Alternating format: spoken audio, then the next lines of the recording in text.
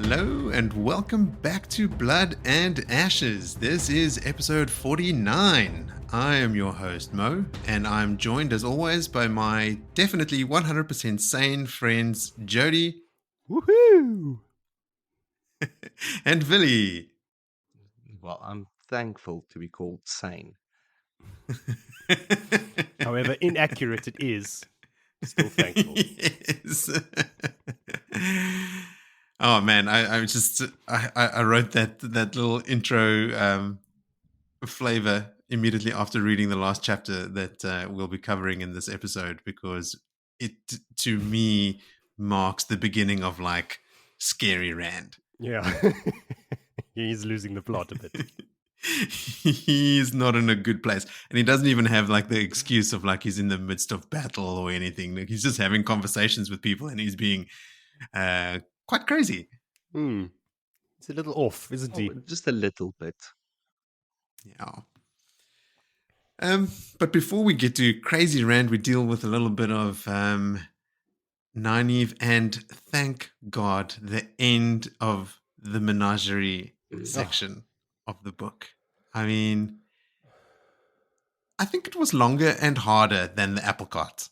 That's what she said. I think it's my new least favorite. I have thoughts on the menagerie and Valon I'm Luca. sure you do. We will discuss. You We might will. be disgusted by it, but I will drop some Villy bombs. Okay, great.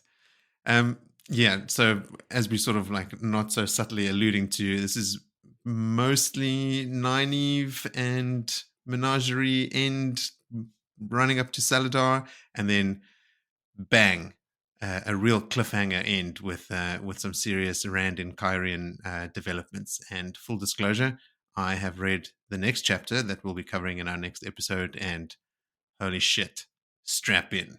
So let's get all the pieces into place in this episode before we get into the craziness that is going to be the final episode for the Fires of Heaven next time. Now, Rand is pretty scary, but one thing we do not need to be scared of is callbacks.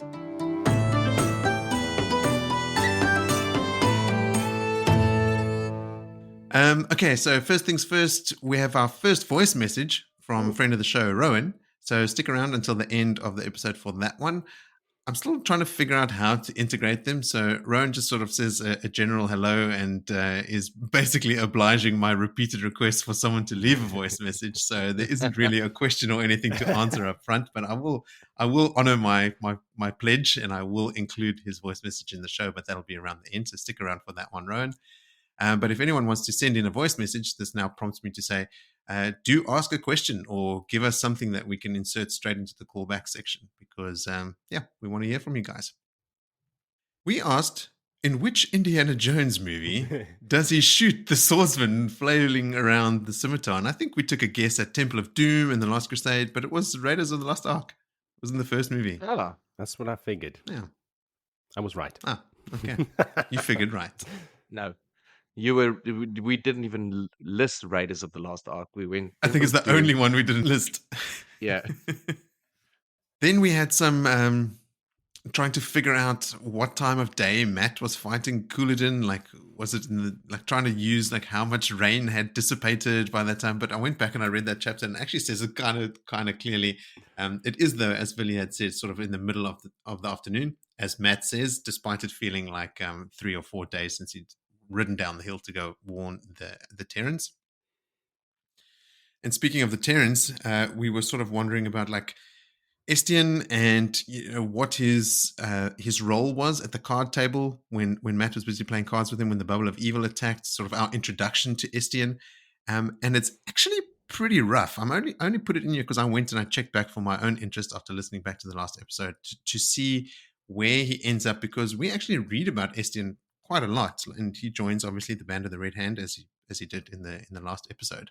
But at that table, he's, if you remember, completely drunk. He is sloshed at the card table, and he starts making comments about how he can't believe how Rand is allowing people to take nobles to the magistrate, sort of like take them to court and hold them accountable for their actions, and by peasants no less.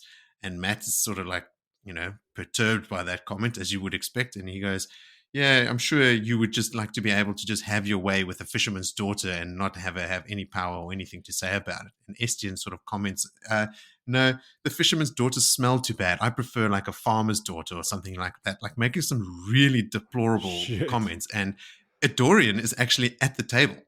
And he notices Matt's reaction and he tries to talk Estienne like down or change the topic or like change the topic completely. But Matt gets pretty worked up at Estienne. And it's interesting to see him now, like after seeing some battle and sort of carousing with the Cairhenians. It's him and one of the Cairhenian soldiers. I'm not going to try and name them and create a callback for myself, but and Aiel warrior that are singing Jack of the Shadows. So he is certainly being served up as someone that we should know and potentially like. I don't think there's anyone we're supposed to dislike in the band. But it's interesting to see that, considering where he came from.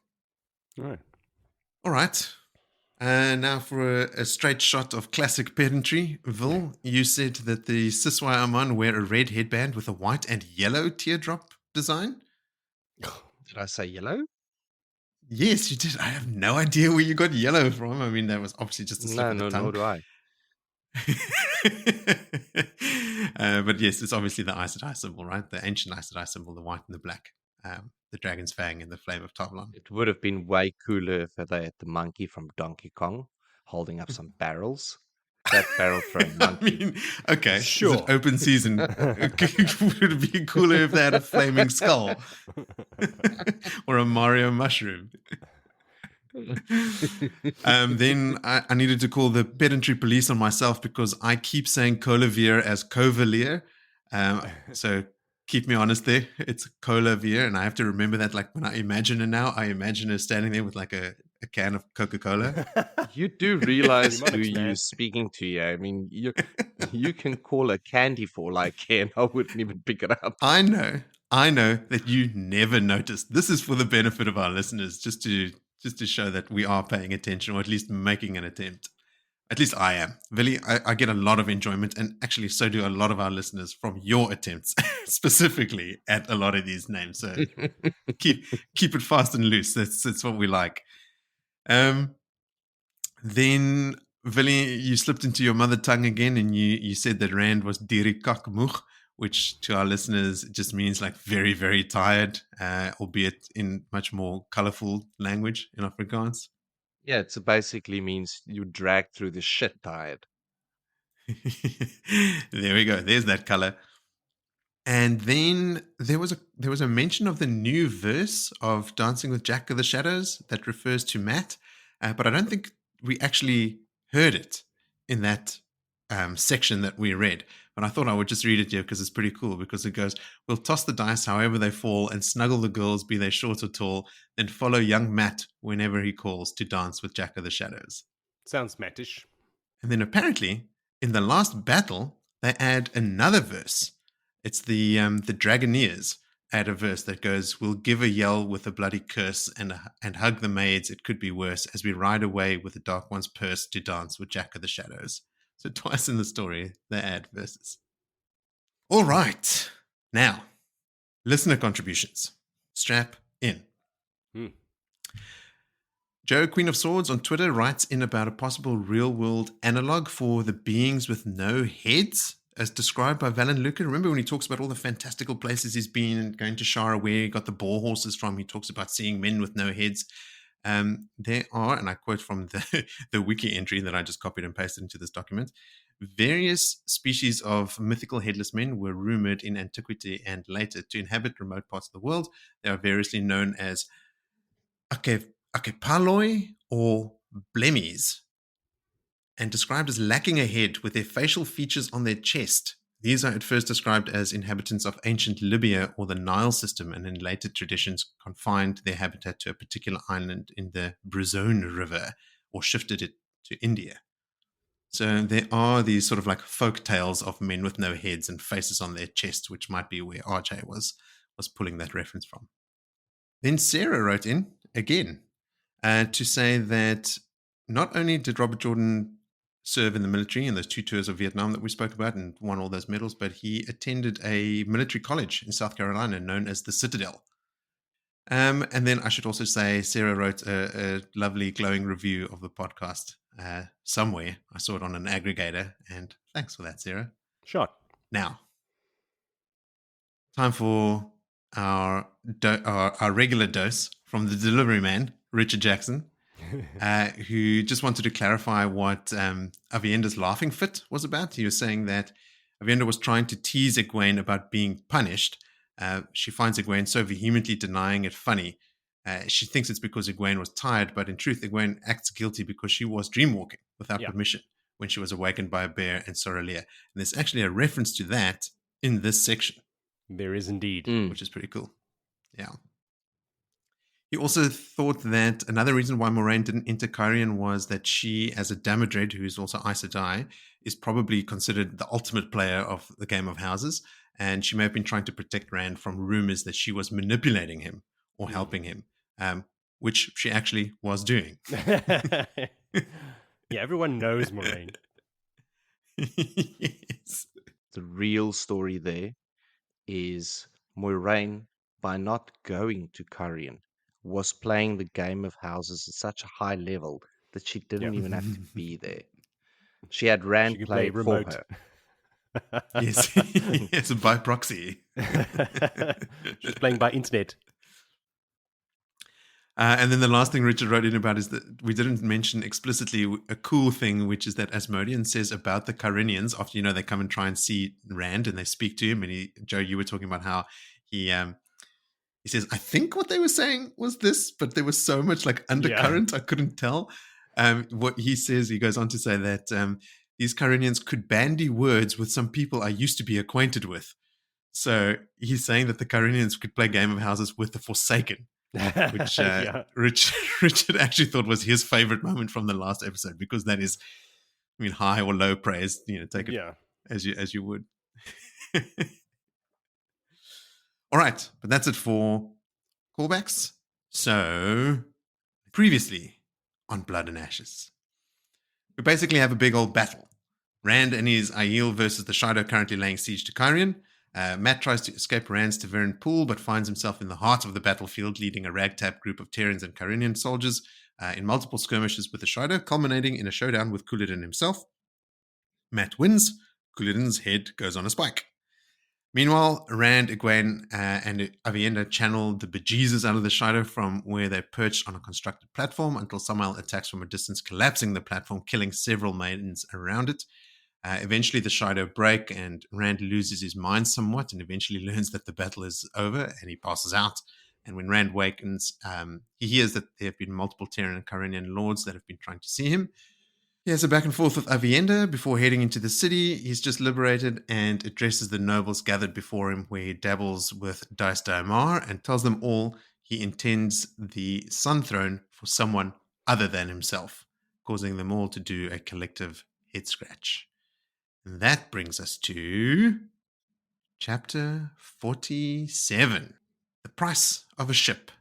Jody, what is the price of a ship? War. That's the price of a ship. Mass death. All kinds of horrible shit is the price of a ship. So, chapter 47. Oh, like you said, Moritz, at the beginning of this fucking menagerie thing. Anyway, so Nynaeve and Elayne are in their wagon.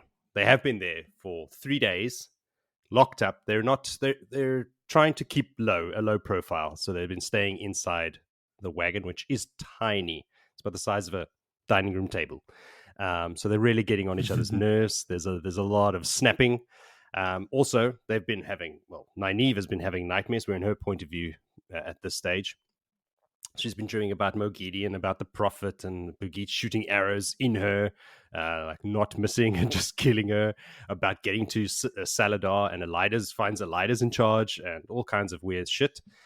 She's also been dreaming about Egwene, just appearing in her dreams every night and just yammering crap at her that she didn't understand. Well, she did understand some of it, but she just thought it was part of the dream. Nynaeve also got a whole bunch of new clothes from Val and Luca. who insists that she wear all these tight-fitting, low-cut, tinker-colored dresses, which is pissing her off even more. So she's got dreams. She's fighting with Elayne. She's got these horrible clothes. So she's having a tough time. She's quite snappy. Nynaeve, snappy? What? Weird. So yeah, just really out of character for her. So Elayne also, like, while she's busy brushing her teeth, Elayne and her have a conversation, and it finds out that Elayne has also had these same dreams with Egwene, and they're like in the middle of the conversation, like, wait, you've also had these dreams? And they start comparing notes, and it turns out like, oh shit, this must be Egwene really coming into our dreams and having a chat with us, because they figure out that they compare like what they've been told, and they hear about Rand's victory in Cairhien, that he was injured, that he's been healed, that he's going to take a couple of days to recover. Meanwhile, he's already up and about. So they realize, oh shit, that Egwene must be coming into their dreams and telling them real information. It's not just part of the dream. Which makes me wonder if Moghedien is like the queen of Tar Valon. Why is she not in their dreams? Like, she's not a dream walker. But I mean, if Baalzamon can pull Rand into dream shards and shit like that, why can't? I mean, he's not a dream walker either. Baalsman is a dream walker. Is he? Isn't he? I mean, surely if she's this master of Tar Valon, she must have some tricks up her sleeve to get into the dreams or pull them into dream shards or do something in their dreams. I mean, Rand and Mat and Perrin were harried from day one in their dreams. So, I don't know. Maybe they're easier to locate because of their Taveran nature. All right. There's some theories. Write in, listeners. Tell us what you think.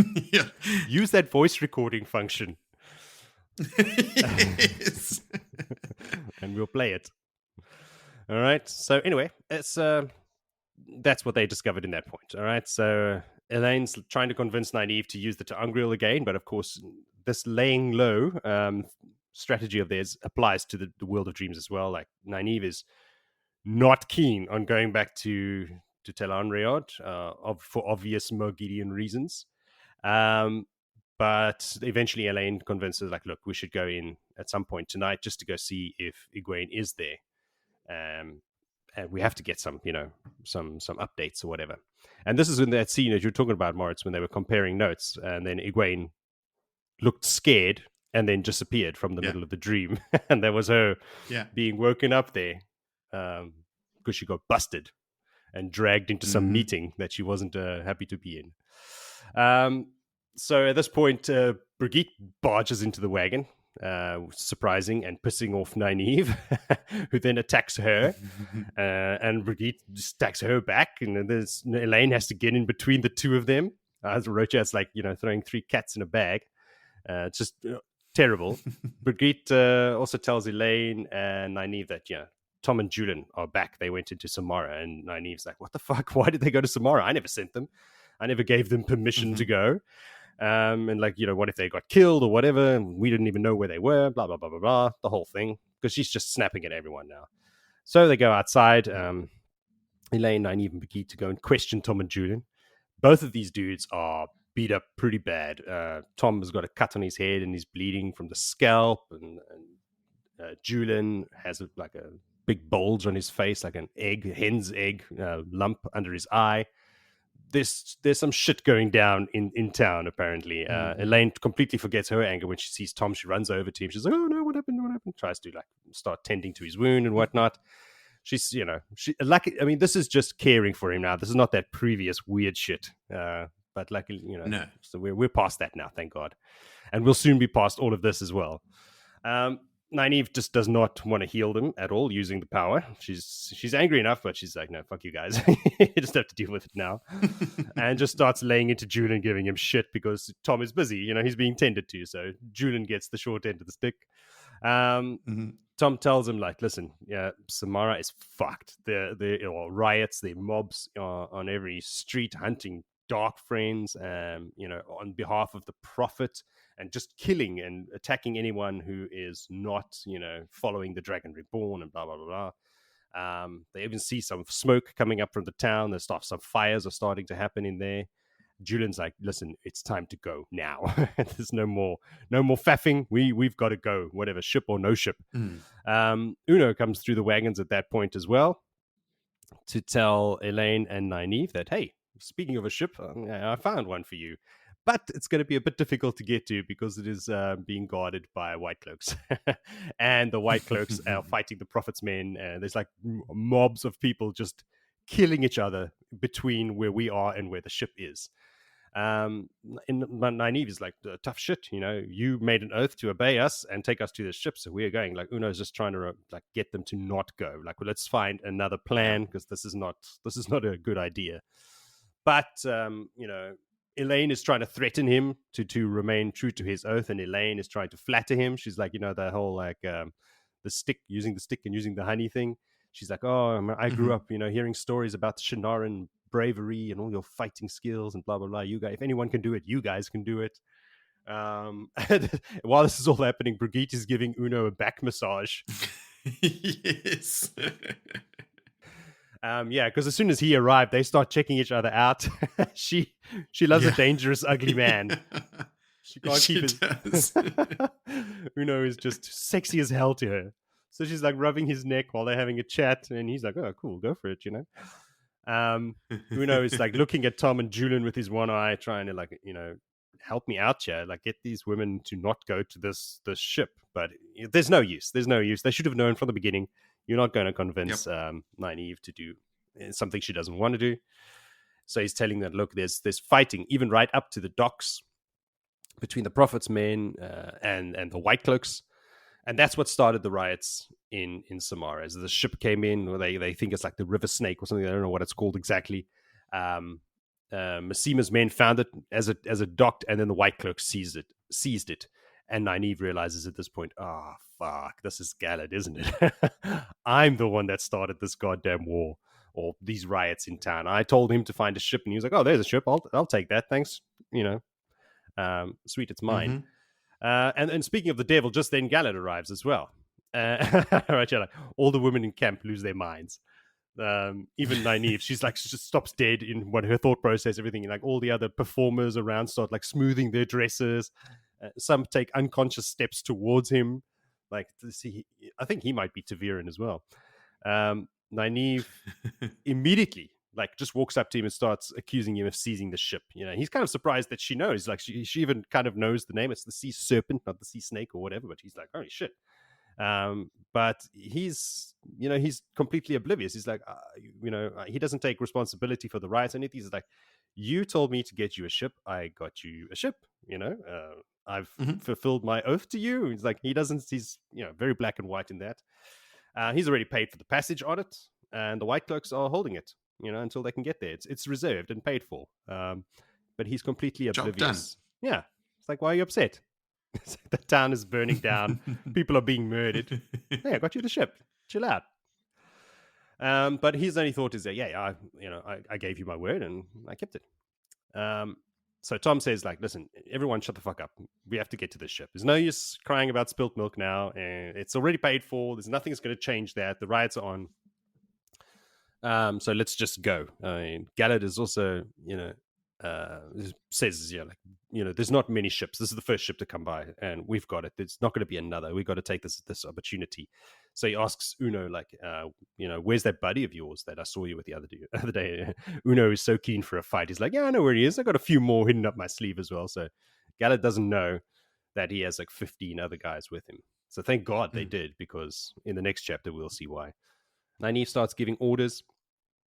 Immediately she's like, all right, well, I'll take over. Like, even though everything has been decided and everyone's ready, she starts giving orders. And that's when Valon Luca arrives. He's also beat up. He's been in a few scraps. He's all bruised up and he's limping. And he's screaming, like, everybody get up and back. We're getting the fuck out of Dodge right now. I want to be out of here within the hour. Like, leave shit behind if you had to. One of the other menagerie owners, I forget his name, has already been beheaded. And half of his people have been killed and the place is built, burnt down. So he's not waiting. He'll lose money So that tells you how serious it is. Mm. That if he's willing to leave shit behind and lose it. Nynaeve tells Luca, like, listen, okay, I hear what you're saying, that everyone's leaving. We're leaving too, but not with you, all right? So this is our time. We're parting ways. And she offers, like, I'll give you your money that was promised you. And he's like, he pulls her aside and drags her away to have a chat with her. And he's like, listen, I don't want your money. And they like, she's like, what? That is also very odd for baby for him. And he's like, no, I want you to stay. And she's like, why would you want me to stay? And he's like, so you can have my children, obviously. It's just like so out of left field. He's like, what? I don't want It's like, your yeah, money, honey. All I want is your love. Exactly that. She's like, what? She politely declines, of course. Politely, but she declines. Telling her, like, look, no, I'm betrothed to another man. If you want to fight him, good luck for my hand. But I'm going to be married, and he doesn't seem to like care about that. He's just totally besotted with her, and tells her, like, look, what I should do is just bundle you up and carry you off with me. And she's like, listen, dude, I've got some Shanarans over here. If you try any shit, I will set them on you. And he's eventually like, all right, I'm going to let you. I will let you leave. But he professes his love, like, you're the only one for me, and I'll find you again, and whatever it takes, and I will make you choose me over this other man, whatever. So eventually they get away from him. He leaves, limps off again to go and fetch everyone else. She does manage to get away from her, and we switch over to Elayne's point of view. She's gone in search of old Susan Sarandon to persuade her to come with them on the ship to Salidar. She wants to take the Sean-Chan, because obviously there's vital information there about the Sean-Chan, to come with her to Salidar and be interrogated by Aes Sedai. She doesn't make a compelling case at all. No, she does not at all. She's not very good at convincing people to do stuff yet, I suppose. Convincing people or taking them prisoner. Yeah. That doesn't work either. Sarandon's like, oh, I don't know, call her Sarandon. Refuses, of course. She's not. I'm not leaving it. There's no ships that are big enough to take my elephants with me. And I'm not leaving them behind. The people that are here that are afraid of these things, they're not going to look after them properly. I'm not leaving them. You can fucking forget it. So Elayne is just desperate now. So she tells her that, listen, don't tell anyone else, but I am actually the daughter heir of Andor. I'm going to be queen one day and everything. Old Susan Sarandon doesn't believe her, or just looks at her like, I can believe that you're a haughty noble, but you're actually a better tightrope walker. And maybe you're so good that maybe one day you can perform for the Empress and everything. But I don't believe you're the queen of Andor. So Elayne's like, she's out of ideas now. She's tried nicely. She's tried to, tell her about who she is really. So she just tries to grab her by force and grabs her arm and tries to drag her away. But she forgets that Susan Sarandon knows Brazilian jiu-jitsu and just fucking twists her arm up and down and makes her tap out, basically. Elayne just decides after a while, okay, this is not going to work. And this entire time, Brigitte is there too, because of course she's her warder. And she just stands there watching it all, does nothing to help whatsoever. Elayne eventually relents and is like, okay, let me go. You can stay, whatever. And then, Susan Sarandon leaves and Elayne turns to Brigitte and is like, what the fuck? You just stood there, did nothing to help me. You're my warder. What the hell? And she's like, listen, if you want to be a dumbass, I'm going to let you learn a lesson. I mean, if your life is in serious danger, someone's shooting arrows at you or running at you with a sword or whatever, yes, I'll get involved and I'll save your ass. But I think you needed to learn that lesson. Of course, Elayne is not very stoked with this. There's angry screams. She screams out loud into the air. Everybody looking around. It's like, oh, what the fuck's up with this woman? They stride away, and basically that's where the chapter ends for this one. I have to pipe in here.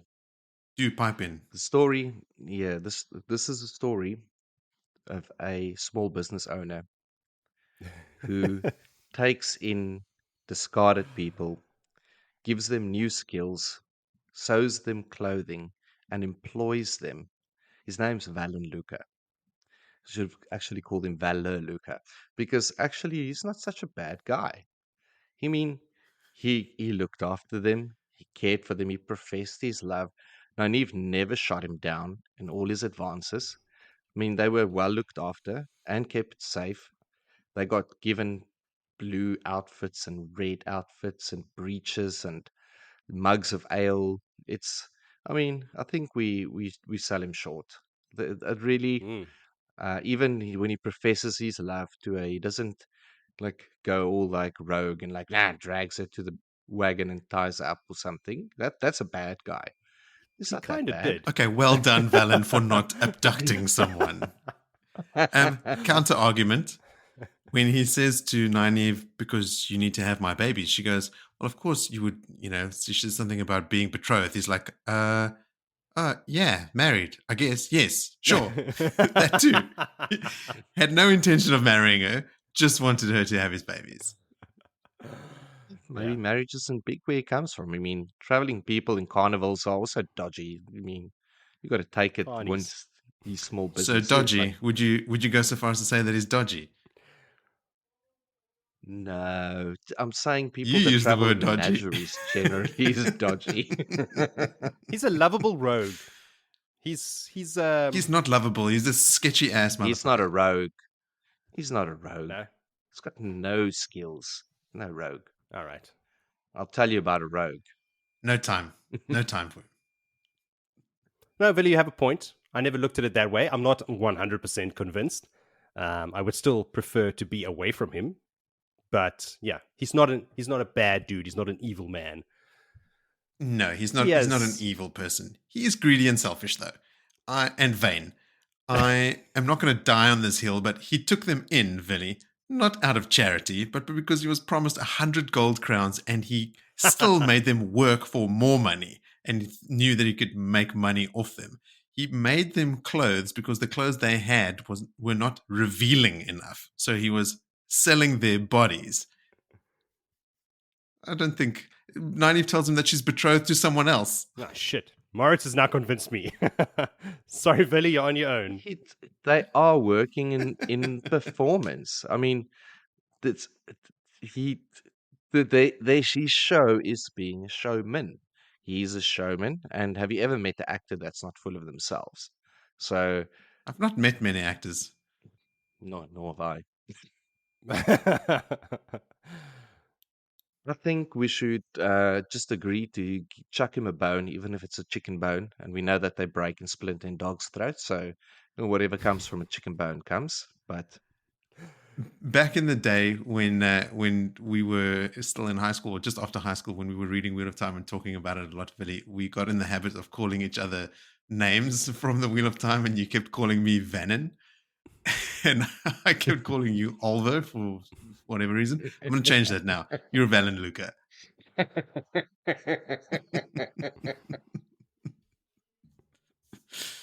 Apart from standing up for this deplorable douchebag, is there anything else you want to add about this chapter, Will? I mean, I didn't want to go off on one of my tangents. I thought I'd rather But you did stick anyway. up for Valen. No, I didn't. It wasn't a tangent, but I'm about to embark on a tangent. I'm so Okay, cool. over this bitchiness between the women. Like, I It's not get it's a over small yet. caravan. I've got to continue with it. Like, just I know, seriously, right? get over it. Get done now. Like, the best thing that happens is that they eventually get to Salidar, and then they have to Mm. act like apprentices again. I'm Accept it. trying to understand, like, also having obviously read all the chapters for this episode, and like you said, when they get to Salidar, they get taken down a couple pegs, right? Like the Aes Sedai put them in their place quickly, and Nynaeve even says things like, "Oh, I'm not the one calling the shots anymore. I'm not the one giving commands," and it's hard for her to let go of that. And it made me think, like I've said in the last couple of episodes now, like, what is the point of this? Like, why am I subjected to this tension and stuff? What is it serving? And I don't know. Like, I gave RJ a lot of credit for a long time, showing Nynaeve's sort of pettiness, so that in my mind we could break her down from when, at least in my eyes, in the first couple books, when she was just the wisdom from Eamon's Field, and she was tracking a warder, and showing like backbone and fighting off evil forces, besting a Forsaken and that sort of stuff. Like, she's really sort of put on a pedestal, and put in leadership positions as well. When they go to Falme and they're going to go rescue Egwene, she's calling the shots and that sort of stuff. I always thought that she needed to be broken down again in the eyes of the reader, to be able to be a novice or to be an accepted. She skipped the novice phase completely, but to be an accepted and to learn to be an Aes Sedai and to come out actually, not just continuing on her I am the wisdom and I call the shots in the women's circle and the village council. Like she calls the shots over those guys and just continuing on that trajectory. I felt like she had to be broken down a bit. But this is continued for so long. Like it's taken on another flavor now as well, with the tension with Elayne and Birgitte. And I don't know, like I haven't landed on a decision or an interpretation as to the necessity of it. Villy's got a Billy, theory. you have, obviously. Hi, ask me. For the listeners, he's dancing in front of the camera. All right. Lay it on us. So we very much had the similar scenario with Egwene, where she was constantly, "That's not fair. This is unfair," and also having a fat sook and a sulk every time something happened. Yeah. Now, that was during a period where they were unsupervised and off on their own mission. They split, and off goes Nynaeve and Elayne, unsupervised with authority. And they do what they do.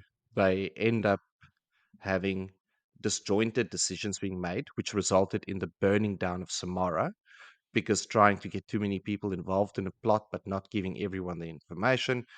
And Egwene, on the other hand, who has now been under the supervision and guidance of the Wise Ones, is turning into a leader. She's done her penance. She's grown as a person. She has taken a hell of a lot on board. And Nynaeve and Elayne going back to the second tower, the Salidar tower, whatever, and being knocked down those pegs and having to regather themselves is what they need to grow to become leaders. I mean, Elayne needs to become a queen. It's these things don't just happen being left to run on your own. And the split in how both Elayne and Nynaeve recognizes the authority in Egwene after the period 6 weeks, 2 months, 3 months, whatever it is that she spent with the Wise Ones, you can already see that Egwene will take full authority over them, and she puts them in their place. And unfortunately, I always reference the animal kingdom and everything. If you release wild animals into the wild, and you release young males, and specifically, I'll use a true life example, elephants that was reintroduced into a nature reserve into South Africa. Because of the cost of moving elephants, they would take young bulls as opposed to old bulls. And these young bulls that were released in the reserve killed white rhinos because they were adolescent shit stirrers. And the only way to fix it was to reintroduce very old 50-year-old, 40-year-old bulls into that park to basically beat them up and say, like, this is not discipline. And it's the same. They didn't have someone. They had Tom with them, but Nynaeve absolutely walked over Tom. She treated him like shit. Yeah. They did the same with Julian, the same with the Shanarans. You swear your fealty to me. I'm the leader. I'm the king. I'm the queen. You listen to me. And the end result of all this power and having 15 Shanaran shoulders, Galad, Galad, Galar, whatever, all of these men doing their bidding turned out to be a burnt down city and a bloody purge happening. Yeah. She needed to be knocked down. Elayne needed to be knocked down. They all needed to get, like, what the hell have you actually done? Instead of being just doing your thing and moving through like a real rogue would have, they've gone and literally pulled a Rick and Morty on a whole city. And it's Importantly, I think you hit on something there that I hadn't considered before, is that they are unsupervised. Like, looking at the characters, they obviously need to grow. I mean, they're starting at point A, they need to get point B, they need to grow along the way. And I think you're right that when left unsupervised, they grow in the way that they think they should. They're sort of occupying the space of the leader and the one calling the shots. But when they're around real leaders, they get knocked down again. And it's like, oh shit, no, actually, wait, maybe we were going a bit too far in the one direction, or like, maybe being a bit too extreme. And they actually have to learn things like poise, and not being petty, because they are being so petty and so childish the whole time. And I mean, it continues for chapters, after this one even.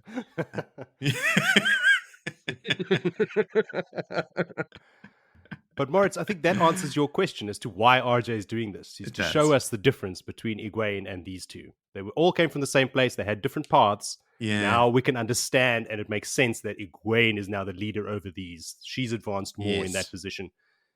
Yes. Billy, you've just blown my mind. There you go. Everybody's now learned something. Thanks. Yes, I needed that, because it's very easy to look at these chapters like I have for the last 2 decades and go, oh, God. Please end. Why? Hopefully Billy can come with the insights and crossroads of Twilight as well. Oh, man. No one I'm can. going to be in that book real soon. I'm going to jump ahead. I had a couple notes for this chapter, but we've basically touched on most of them just throughout that summary. I just want to say my last note is Luca is such a cad. After he talks to Nynaeve about fathering his children, and she assumes he means getting married, he goes, "Oh yes, married, sure." Yeah, that too. Sure, whatever you want. But yeah, also one note that I read this chapter twice in preparation for this, and I never really took on board the consequences of Nynaeve's decision now. Like, holy fuck, yeah. Like that, this is, your actions caused the death of thousands, maybe hundreds of thousands of people in this town. Yeah. The town is The gone whole because of you. Dragonsworn conflict is now, because before this, the Dragonsworn were, I don't want to use the word peaceful, but I mean, they weren't actively burning down and raiding and destroying everything around them. But this continues until Rand meets with the prophet, right? Like, this is now the status quo in this area of the map, like the Dragonsworn running amok, and it's all because of Nynaeve.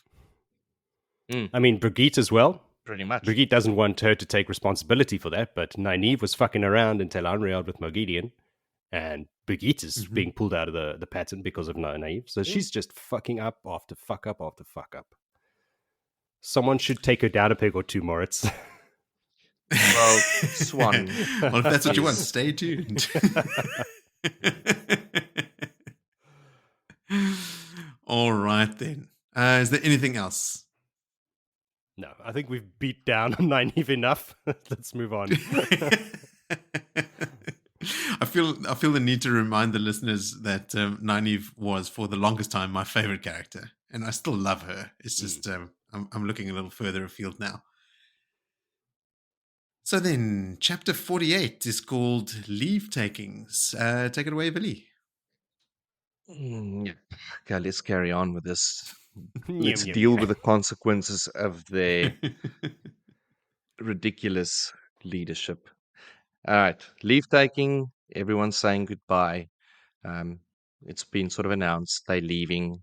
They're leaving the show to do their thing. Everyone comes to say their goodbyes. Clarine and Petra and Aludra, and gives them some more fire sticks, and they already ditched the ones in the caravan that was there, scared of them. Like, just wanted to get rid of them. Great, more fire she's sticks. like, hey, have some more unstable fire sticks. There's a lot of focus on them. They have to come in useful at some point, right? They're going to be used for something. It's like the third time they mentioned. The fire sticks will make its way, or maybe RJ just really likes matches. Didn't he smoke a pipe? Didn't match Robert Jordan, lone match enthusiast. But yeah, they do their goodbyes. Nynaeve, prior to this, obviously she was packing in the caravan there. She packed up a bundle of things, including the gold that they have left over, the letters of rights from Lady Amathera, the gems that the Amathera gave them. She's packing all her herbs, including some herbs to help her with her seasickness, even though she's just going to be on a river. She's got the letter from Swan still, and then most importantly, the seal. which now, very important to note, is being wrapped up in the red dress that she's just going to take the red dress with, to wrap up the valuable parcel. But I know she wants to put it on for Lan. That's why she's taking it with. Yeah.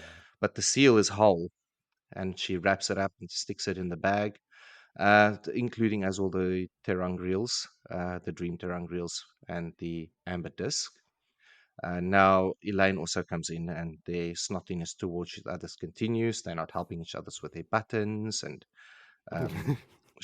while Elayne eventually gets out of her breeches, because Jody, you glanced over it. She was called fat a couple of times in those pants by Brigitte and Nynaeve in the earlier Was chapter, she? where No, Brigitte told her that luckily you don't have a big ass because Yeah, she was those telling her would she not looks be the good in pants them. for you. I don't know if it was like luckily you don't, as they were dropping some hints. Maybe she's got riding hips. Now, I think maybe they're just pointing out, like, look, everyone's checking out your ass in those pants. Like, everyone. Yeah, I think that's probably true. That's probably true. But either which way, there was such a commotion on the outside while Nynaeve was packing that it made her look if she had any bruises while she was changing, because she at this stage doesn't put it aside that her and Brigitte will go to blows at each other. It's a well-run camp that she's leading there. They all just moments away from beating each other up. Tom and Julian, they packed. They're ready to go. Elayne gets the remainders of the things, including the Adam as well, which Nynaeve doesn't want to touch. Hmm. They are very much packing lightly, so it took them all of 2 minutes to get all their jazz together. And very much the same for Brigitte, who has also now got her uh, a clothing of choice, which Mm. sounds like bell-bottom riding pants, skirts, and a little coat of all odd colors. She looks like a bit of a tinker by choice. I think the pants, when they describe to me, are like MC Hammer pants. Like that. Mm. It's hammer time. Yeah, but Voluminous. it doesn't, it's voluminous, but it doesn't taper down. So it's like bell-bottom I think they're voluminous. actually tucked into her boots, aren't they? So they're Mm. like they're Which it small at really the looks bottom like. in her boots, and then like Yeah. big and floaty around Ooh. the So she hips. can do that dance Now I just got sideways, that man. music. Yes, like the crab dance, like The MC crab Hammer. dance. Yeah. Yeah, of course. All right, so they have all their stuff. They do their goodbyes, and they are led by the Shanarans and Galad into Samara. And they sort of, Samara is like this eerie place because the mob's all gathered in corners, burning and looting, and pots lying, and wares all over the show. It's a proper purge happening over there. And as they round a street and go down some laneway, they are spotted. And at this point, they've already seen like a pitchfork that has got two heads stuck to it. It's gotten pretty rough in there.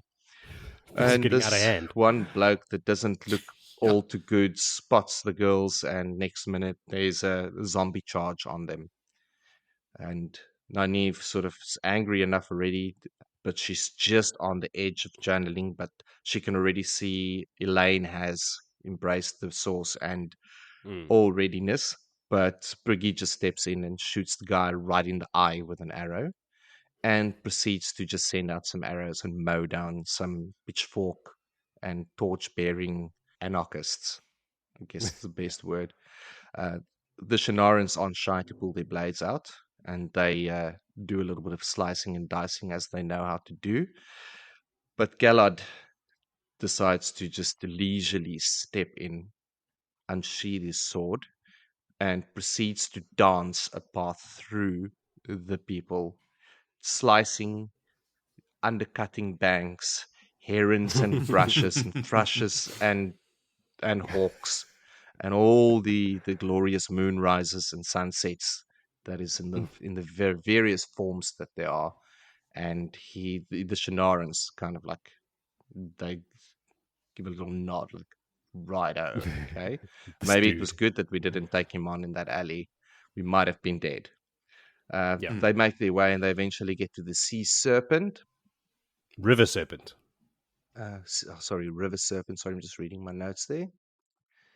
So they then reach the white cloak perimeter and get to the docks. Now the captain, whose name is Nerez, he's like, I heard two women. There's way too many people here, Yeah. and Nynaeve gets in there trying to make smiles in the lane, and they will no, these men will get on. And he's okay, cool, whatever, got to get going. And then she's like, no, but what about all the refugees? So the poor good folk of Samara are also standing on the dock, nowhere to go. And she's like, nah, all of them, get them all on. No one's being left behind. I will pay their way. And they pull a bit of a responsible, good move there in loading up the boat with a bunch of, I don't know, 50, 100. I don't think it was that much. I don't think they say a number. That's what I just They imagined. don't say a number. Yeah. 47 Yeah, it was. That's a good number there. 47, and they get them on the boat, and pretty much off they set from there. I think that's a very short chapter. That's pretty much where they end. Yeah, there's a lot of detail in that chapter. It's a great summary, but we can discuss the detail. Yeah, we can dive into the detail. Especially that fight, fighting through the town. There's a lot happens. Like they meet a couple of bandits, and there's a couple of alleyway scenes, and there's dead bodies hanging out of windows, and more fires. There's, like, when they were in the camp, they saw 2 fires. Now there's like 5 or 7 fires. Now, things are going down. It's more like fast. there's one fire. Everything was just burning. Everything is on fire now. Everything is on fire. All everyone's dead. So funny. Lol. Why don't you give us some of that delicious detail from the fight that I can see you champing at the bit to discuss? No, I don't have like specific details. It's just in my mind as one of those things. Spoiler alert. This may come back at the end of this episode during another discussion. Okay, well, I'll save you showing your hand. Well, I mean, it's pretty obvious already. It's already shown. But like I like how at the end of that fight, like they when they meet that mob, and when everything is said and done, Brigitte hasn't moved, and there's just arrows in everyone's eyes on the ground. Yes. She's just going around collecting every arrow arrows. Finds an eye. Every arrow, and the Shinarans are still in where they were, surrounding the Nynaeve and Elayne. And they're bruised and they're bleeding and they're cut up and they've got wounds. And Galad is like 15 paces ahead of everyone, untouched, completely clean. Untouched, not a scratch. Not a scratch. Just wiping his bloody sword on the corpses. Like, all right, let's carry on. Little detour. He's described as standing with his arms folded until... So, like, his sword is not just in its scabbard. He's crossed his arms until the guys are almost on top of them when he unsheathes and then kills them. And at times, it's described like, at times there are 5 or 6 guys around him, but only long enough for them to die. Like, they're around him for as long as it takes them to die. That's how long they are surrounding him for. It is unbelievable. I can't remember. I mean, this is all noteworthy because of what we know Galad does later in the story. Yeah. Right? Like, Galad has to call on all of this skill in a very pivotal scene later that I won't embellish on here. But I can't remember if there are any other examples of Galad and his fighting skills until the very end of the story.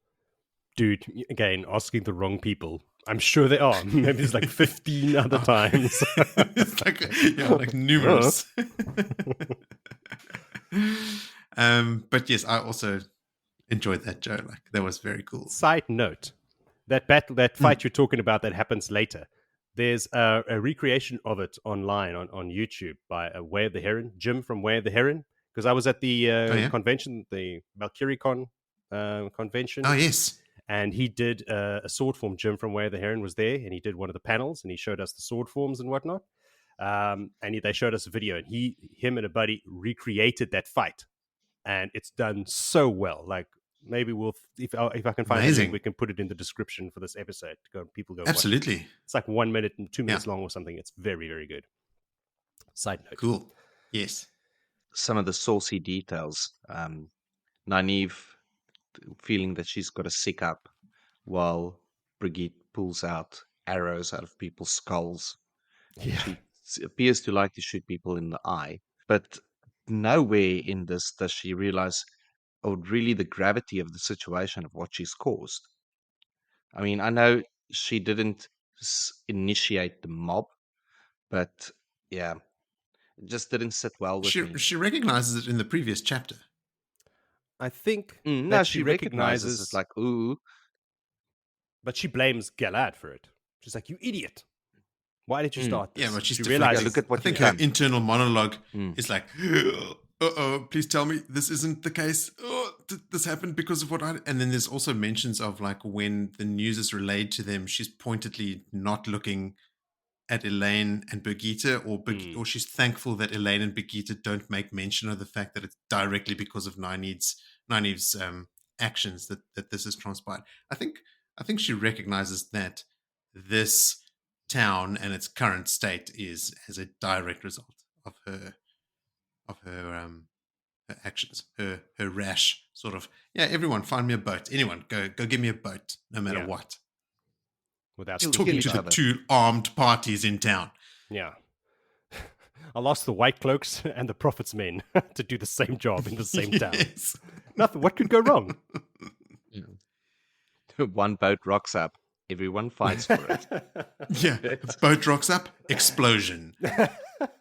In that fight where the guys attacked them, where Galad was dancing between them and the Shinarans were busy killing everyone, Birgitte shooting eyes and stuff, there's a section where a dude rushes at Elayne and Tom slits his throat, but with such like force, he almost cuts his entire head off.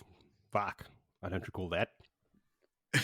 That's how it's worded. Tom cuts a person's head almost clean off from slitting his throat. Yeah, he just stay away from my this lane. guy just got get a little bit close to Elayne. He was quick on the knife. Yeah. Then I've got a much more light-hearted comment as well, and that is at the very beginning of the chapter. Nynaeve thinks to herself, it feels like she's wearing too much clothing. Well, everything's been light-hearted. We've been laughing this whole time. So used to Lucas revealing dresses and will never admit it to herself. But I think it's like a recurring theme. Like whenever she's in Tel'aran'rhiod, like she's always wearing really low-cut things, especially when they talk about Lan. Like if Lan comes up, like immediately she's in like extremely low-cut dresses and stuff. She starts noticing dresses as well. She's like taking note of other women, how they dress. Like when she gets back to Salidar, she's checking out, like, oh, look at that dress. Oh, look at that one. Yeah. And a couple of episodes ago, do you guys remember when they were traveling? I think it was in the wagon with the barrels of dye when they'd left Tanchico and they were posing as merchants to cross the border into Amadisia. There was mention of these ter'angreal that they had with them, and we were going, where the fuck are these ter'angreal from? Was it from the Black Archer sisters in Amathera's, in the Panok's palace, or where were they from? And here in this chapter, we find out that they are two that they've actually brought with them from Tyr. Yeah. So they must be Joya and Amika's ter'angreal. Yes. They're the two dream ter'angreal that are referenced a couple times here. And the one from Varen. Yeah, they're from that Tyr. they had. The best one. And the one from Varen. Yes, the one that doesn't require channeling. Yeah. And you don't... The others require a channel like hazy when you're in Yes. Tel'aran'rhiod. Yes. Of course, Varen kept that one for herself. Like, I'll keep the best one. No one will know about it. I'll write books about all these other ones. Thanks, Cairhien. Yeah. Right. Anything else for chapter 48? No. Okay, then we will move on to chapter 49 called To Boanda. Now, this was a long chapter. Take it away, Moritz. I'm going to try and keep it Very brief. long. Take it away, Mo. Yes. Stepped on that one, but yes, I'll summarize this one, but I'm going to try and keep it brief. And full disclosure, I even took some of it from the chapter summaries on the tarvalon.net library, right? Like, don't we all? Okay, good. Give credit where credit is due. I mean, I'll editorialize obviously somewhat, but Yes. I will be reading some lines verbatim. So, with the help of a couple Shanaran scowls, Nynaeve tells Captain Nerez that she'll pay him for taking the refugees and sort of counts out the payment to him already up front. Again, bear with me. I'm going to try and keep this brief because there's a lot of detail, a lot of pages, a lot of words to go through here. So I'm going to hit the high notes. The mood between Nynaeve, Elayne, and Birgitte is still really, really tense. Nynaeve and Elayne get to use the captain's cabin, apparently because Tom and Julian threatened him, and everyone else has to actually sleep on the deck of the ship. Detective Elayne figures that Nerez is probably a smuggler, so Nynaeve blackmails him to ditch his cargo so that the refugees can sleep below deck. Nynaeve notices that the winds are extremely favorable. So it must be Elayne that has channeled, which is, something that she learned specifically from the Windfinders, how to actually make a boat move. And she confronts Elayne about it during this time of tension, of course. Elayne reckons they're far enough from Samara and Moghedien to go undetected, but it just drives a further wedge between the two women. Nynaeve is actually angry because Elayne channeled without asking permission. Wow. Easy now. I mean, Nynaeve, wind your neck in. The woman put on false pleasantries for the benefit of the other passengers, and they seem to fool the men into thinking that they're happy. But the women on board see that there is trouble beneath the surface, like they can tell when women are putting it on. And I got a note here, because, women are smarter than men. I'm changing my new favorite moment. All the men like, oh, look how lovely they are. And the women like, oh, there's trouble there. I think it's like Tom and Julian are like, oh, they must be so glad to be away from Samara. Look how well they're getting along now.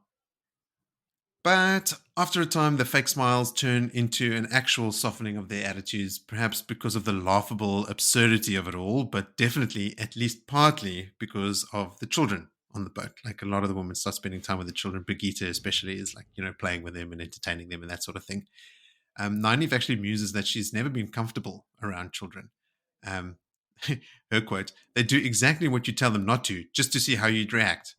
My note, can confirm. Yeah, that I actually paused during reading this moment and just like went on a little thought tangent as well. Like, shit, that's right. I should be less So harsh true. on my kids when they do that. And not, It's like a whole introspective dad moment while I was reading that. I'd like to Excellent. to not get off this topic because I marked it because I wanted to read it because there's All so right, much go. in it. She's never really been comfortable around children. True, she wanted to have Lan's babies. Part of her did. Children could make a mess of nothing. They seem to have a habit of doing the opposite of what you told them as soon as your back was turned, just to see how you would react. Yet she found herself soothing back the dark hair of a boy no higher than a waist who stared up at her owlishly with bright blue eyes. They looked Mhm. just like Lan's eyes. I love Oh. how they brought the children into this. Mm, Yeah. it's cool, eh? As three dads, we all Yeah. we all resonated with that. I know this has not been the case in any of the other reads. Like it's been, kids, Yes. what's those? Yeah, that line, Move it along. they do the complete opposite as soon as you turn your back.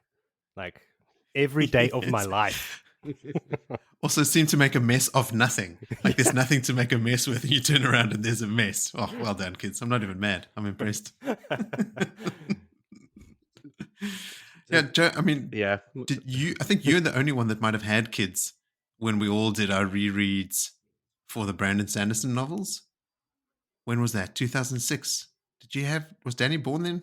My math Yeah. is No, I was shot. the only Not even one with trying. kids No, in 2006. No, 2006. dude, he was. Oh, Vil, you had a kid. Of course you did. Yeah, his kid is a Yeah, you man got now. ahead I of was the the pack. only one who had I fathered children long time ago and then did it again. Billy's been fathering children Old for hand. decades, Literally. all over the world. Almost 2 decades. Yeah. Jeez. Well done. Okay. Nynaeve also gets to do some healing using her herbs and ointments, but also allowing herself to channel a little bit to help with some of the worst ailments. It's mentioned here, sickness always made Nynaeve angry, so she can channel. Useful Mhm. for a healer. right? Indeed. Who has to channel only when she's angry. Cool. Mm. So whenever there's sickness, you're angry. But I mean, we saw that happen when she channeled and healed the maidens that she meets when she meets Avienda. Mm-hmm. Mm. Remember, they were like traveling Yeah. by the side of the riverbank, and Yeah, they were also on a riverboat. This is Yep. a theme. a lot of good stuff happens for Nynaeve around rivers. Oh, I'd like to point out, talking about the herbs and Villy's comment earlier, like she's got the herbs to make her stomach not so she doesn't have seasickness. They work. Red fennel. Mm. Yeah, she doesn't get seasick. She doesn't get travel sickness or river sick on this this No, journey. she doesn't. But she does make mention of the fact, like, how does the boat even move like this? It's not even in the sea. It's in a river. You know? Like, how's it still doing this? So the woman also hears stories from a number of the refugees, all really sad and downtrodden, right? Like all the men have basically no hope. The women, none of them actually have husbands there. They're all just traveling by themselves, all with kids. So Nynaeve also starts like slipping them some extra silver and actually hoping that Elayne doesn't notice, while at the same time giving Elayne shit for giving them extra money and talking about how quickly Elayne will notice how fast money will, just run away from you. But there are three women in particular that Nynaeve seems to be drawn to and that are also drawn to Nynaeve. And we read their names here and a little bit about them. I'm not going to go into too much detail, but we do read about all of them again later in the story. Specifically, like Nicola is the first one you read about. I was like, Nicola, That name name rings a bro. bell. That Exactly. I had the same exactly, thought. it sticks, right? Yeah. So she becomes a novice, Nicola. She had nearly as much channeling potential as Egwene, and had three known talents: foretelling, seeing Taverin, and being able to make Quandiar. What a lucky find. Yeah, serious potential. But because of this, she actually becomes quite greedy for attention and respect, and she disliked Elayne, Egwene, and Nynaeve, because people speculate because they were stronger than her in the power, because if it wasn't for those three, she'd be the strongest in the power in Salidar and later at the tower. So later, she seems to want to progress her studies much faster, and she tries to blackmail Nynaeve, Elayne, and Egwene about posing as Aes Sedai, but Egwene basically just scares the shit out of her and stops her from doing it. But she eventually runs away to the tower, thinking that she'll progress faster there, and she causes Egwene's capture by telling the tower everything about the rebels, including their plan with the harbor chain. Nicola is the one that causes the betrayal. Ah, Nicola. But she's taken in as a novice at the tower, and after Egwene reunites the tower, after like the whole Egwene being captured, the Sean-Chan attack, and she reunites the tower, Nicola's raised to accept it after that. Like Egwene still allows her to be raised, like doesn't hold it against her or anything like that. No, man. We're talking about Egwene. She's awesome. Yeah, I mean, superstar. Arena? What you guys got for that one? I don't know. Arena. Whatever you want. Well, whatever. She's a Kandori woman who found her way to Ilion and took the oath of the hunters and has lived a hard life since. She's got a fiery attitude, and Nynaeve thinks that a couple days in her company would set a good example for her. LOL. I mean, just talking about her fiery attitude and how she like got in trouble because she lipped to some people, and Nynaeve thinks, a couple days in my company will do good for her. Come on, Nynaeve. No. She buddies up to Nicola, and she actually works with Nicola to try and blackmail Elayne, Egwene, and Nynaeve. She's super into Birgitte and later Lan because she really values their prowess at martial skills, right? Like their swordplay and their archery and stuff. She can't channel, so she obviously takes on a liking in how to fight. She flees to the tower with Nicola because they become real tight, and she gets a job in the stables. And the Wheel of Time companion says that she is bonded illegally as Nicola's warder. Nicola's not even an Aes Sedai yet. Then the third woman that Nynaeve is drawn to is a lady called Marigan, who has two boys with her who just don't speak. Yeah. They seem completely frozen in fear all the time. And that is probably because Marigan is Moghedian. What? Yep. I did not know that, remember that. Neither did I. When is it revealed that she's Moghedian?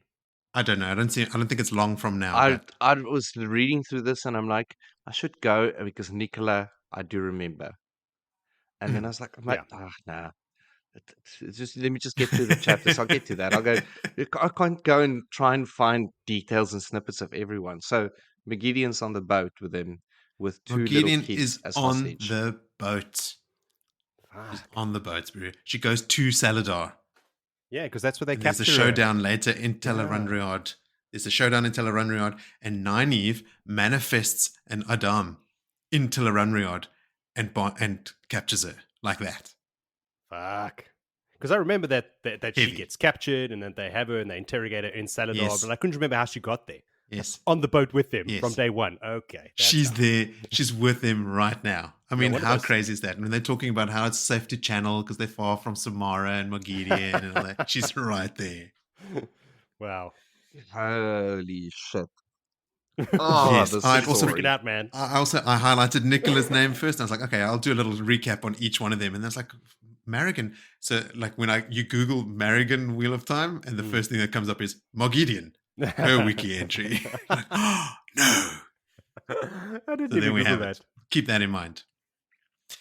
Okay, so then these are the three women that obviously take a liking. Now, this explains the behavior of the children as well, right? Because even when they get to Salidar, they're not talking.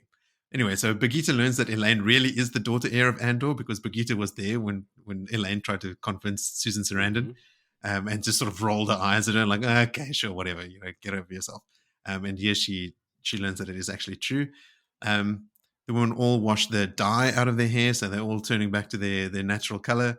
And when they reach Boanda, most of the refugees get off the boat, but Nicola, Arena, and Moghedien and her two sons asked to travel with Nynaeve. Her child captives. Nynaeve convinced... yes. Her little compelled underlings. Nynaeve convinces the captain to take them to Salidar, and he agrees begrudgingly. He has to travel south anyway, apparently.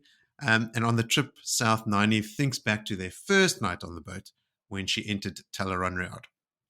She stood in the heart of the stone in Tyr, calling Egwene's name, terrified to death that Moghedien might be there or might be watching her. I mean, Moghedien might be standing over her watching her sleep. Yeah. When she comes back to the waking world, she breaks down and she cries, feeling like a coward, right? This is a sort of recurring theme with Nynaeve since the whole showdown with Moghedien in Tel'aran'rhiod. Elayne and Birgitte try to convince her that she's not a coward, and Elayne and Nynaeve go back into Tel'aran'rhiod. And then they start at the Stone of Tyr. They go to the Royal Palace in Caemlyn, to Emonsfield, and to Elida's study in the White Tower. Nynaeve notices the changes in Emonsfield, a red eagle banner and a wolf banner next to sort of what looks like a war memorial, like a plinth with a bunch of names and stuff on it. Yeah. When going through the documents on Elida and the Keeper's table, they learn that Elida knows that Rand has crossed the Dragon Wall into Cairhien. I noted there are only 6 stools left arranged in Elida's study. She's running out of cronies. And Elida's also proposing that they screen potential novices for the quote-unquote proper attitudes. Like, she would turn novices away even though she knows that the dragon is reborn because they don't have the proper attitudes. Just shows you how completely out of touch she is. I mean, obviously I buy into Egwene's strategy of like, we need as many women as we can, open the novice books to women of any age. You remember, like she takes away the restrictions. Like it used to be, they don't even test women or accept them after a certain age. And that's why the kin and all those guys get to come back and they all can come into the fold because Egwene's going, we need every single fucking channeler we can find. It is the last battle. Yeah. Yeah, Elida's going, oh, if you don't have the right attitude, you can't join us. They return and so to the waking world, and Nynaeve is glad that she went back to the world of dreams, almost forgetting about her fears. So they take more trips and they start to practice control of the world of dreams. When manifesting animals, they stop after being chased by a horse with a horn coming out of its nose. They get chased by a unicorn. Totally, yeah. Is it weird that the first thing I thought a horse with a horn coming out of its nose was a rhino? That is weird. And then I read it again. It's like, yes, because I'm African. And then I was like, no, is it a unicorn? They got chased by a unicorn. Who's manifesting unicorns in Tel'aran'rhiod? Anyway. Somebody Scottish. Did you know that the unicorn is the national animal of Scotland? No.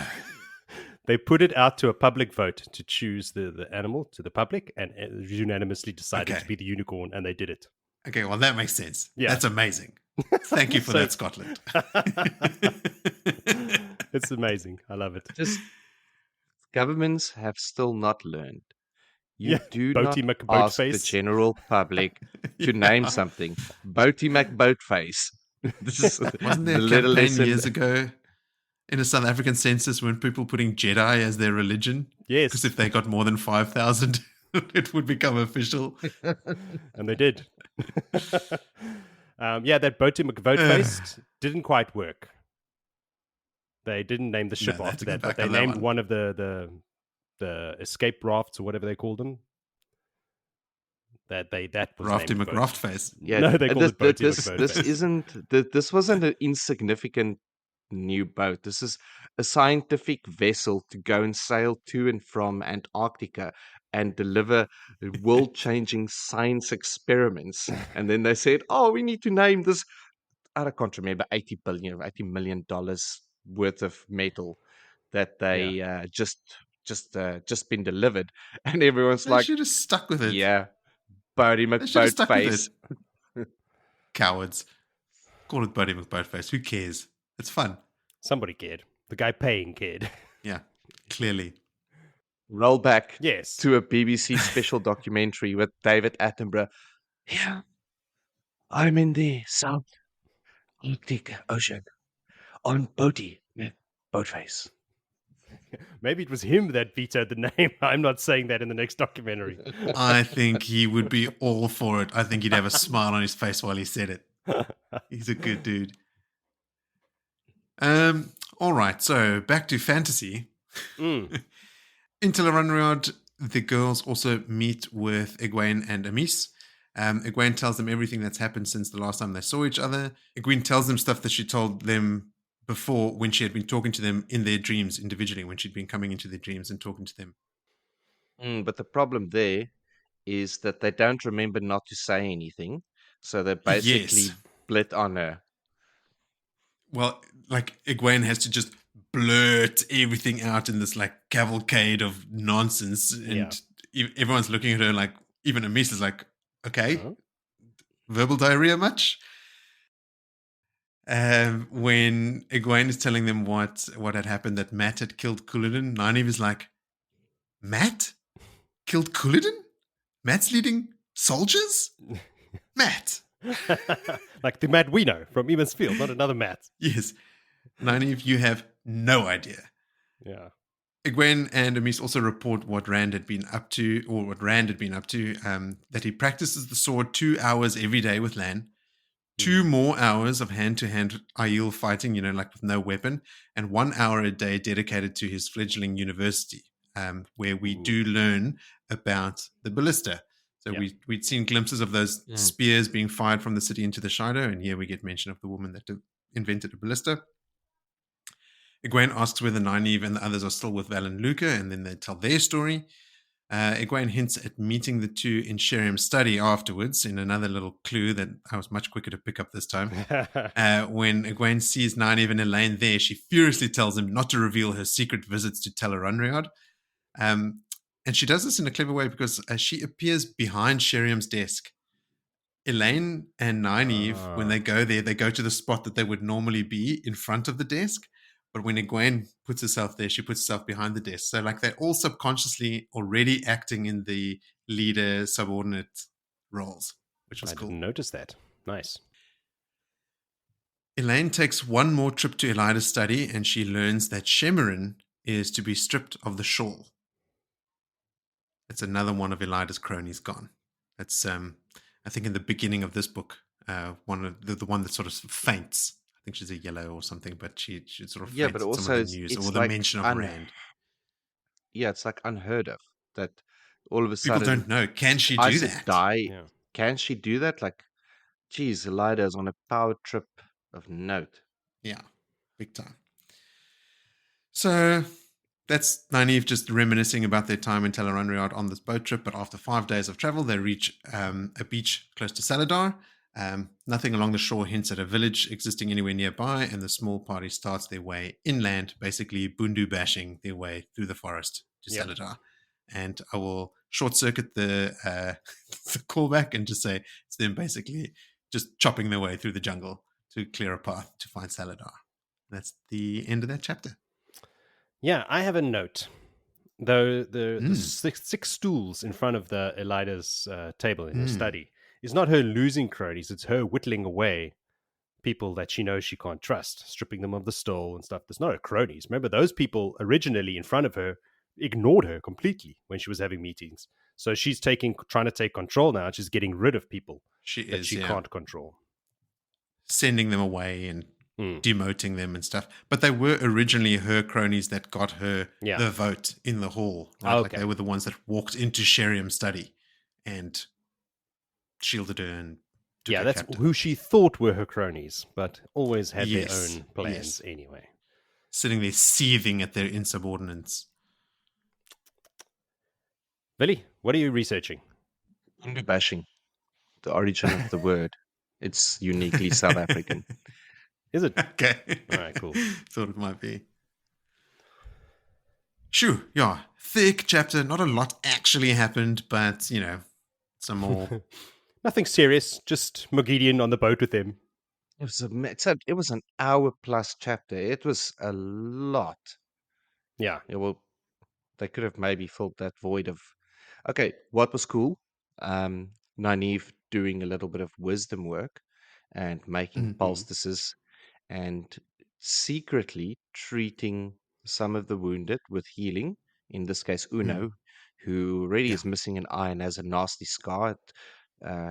Picked up a nice slice on the other cheek, and Mhm. that one there, she made a poultice, but she put very little of a heal all salve on it because she's like, Mm. I don't want to waste it. And I'm thinking, like, what do you mean? The guy's face is cut up. Why don't you want to waste it? But then she bandages it heavy and she heals him actually. And like, you do not take this Yeah. off for 3 days. So he eventually, when he took it off, picked up, okay, he got some magic medicine. Mhm. So that was nice to see that they obviously the captain being a smuggler, they pretty much blackmailed him to the point to throw all his cargo overboard, which wasn't well accepted, except for Mhm. the materials, silks and linens and what have you not. Yeah. And he thought like, oh, at least I can keep that. And like, no, that's bedding Uh-uh. for the That's peasants. bedding. These peasants will be Mm. sleeping in silk tonight. Yeah. I like as well, Elayne understands the need for throwing it overboard, and like Nynaeve's like, yeah, but he's a smuggler. Like, he gives a fuck about his stuff. And she's like, he might be, but that doesn't give you the right to throw all his shit overboard. Like, she has a very No. logical way of thinking about it, a Mm. very practical way, and she understands Mhm. where your limits are and where your rights are. Yeah. I Two think it's wrongs an don't make a important right. lesson. Yeah, it's because you don't agree with someone's lifestyle or their livelihood or the way that they make their livelihood doesn't mean that you can take it away from them, whether it's illegal You or can't just make illegal. unilateral decisions like that and Mm. also break. I mean, you're stealing from him. Yeah. Yeah, you're stealing from him. And Mhm. which is good to see that they do compensate him for it in the end with some of those, which Elaine puts Those gaudy jewels. jewels. Yeah. Yeah.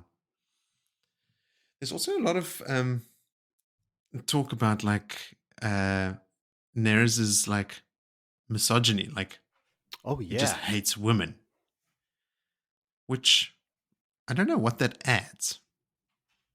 I have I read it and I thought about it, and they were surprised to realize that he has a wife and kids, Mm. Hmm. and maybe he just has such a angry, dominating wife that she's like, you do not. When you, I know sailors, and especially in your trade. I mean, you're a smuggler sailor. If you take up with some tavern wench, I will whatever threat she has, smack you with a pan or take your life. Maybe he's just too scared to even make eye contact, but they play it out like he hates all women. Mm. From his point, I think what he really just said is the woman on a ship sow dissent in a crew, which has been in sailing for even in real life for generations. Like the minute you put a woman on a boat with 50 working men, I mean, stuff goes wrong. It didn't work well back in those days. I just thought it was a weird extra wrinkle to put into his personality. Like, again, it didn't seem to like really add anything. But Willie makes a point there. That's what Nynaeve perceives. We never get from his point of view that Yeah, he is. it's none that he of it does hate is women. from his point of view. It's all just speculation. Everything out of this is in her mind. And Nynaeve does have That's this true. thing about men being stupid, men being this, fool men that always do. Yeah, she's a man-hater. Yeah.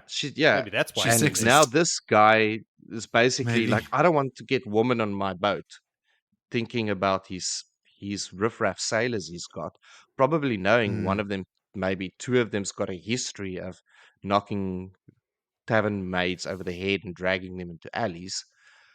Thinking like, Maybe. I don't want to deal with that shit on my smuggling vessel, man. I want to sail under the radar and not sail in the day, pull into coves, hide from authority. I want to do what I do best. I smuggle silk. I mean, he's got spices and silk. It's not like he's smuggling arms to a third world country to have battle. It's like, I'm just trading curry and cloth. That's what I do. But I just don't it's want to pay under tax. the table. Yeah. I don't want to pay tax on this stuff. I mean, Yeah. and then he's got a wife That's back true. home saying, if you so much as gaze upon a woman, I will know, because you cannot lie to me, Naren. I will find out and I will kick you in the nuts. And then he goes home. He's like, did you look at a woman? I saw one. 16 of them on the boat? What?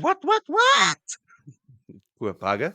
The only time he looked at them like really is when he got some gold out of the. Okay, cool. I got some money back. Maybe if I give this to my wife, she'll be appeased. I mean, I think you're right. Like, maybe it is just Nynaeve's perception of him. It's mentioned so often, but the entire chapter is out of her point of view.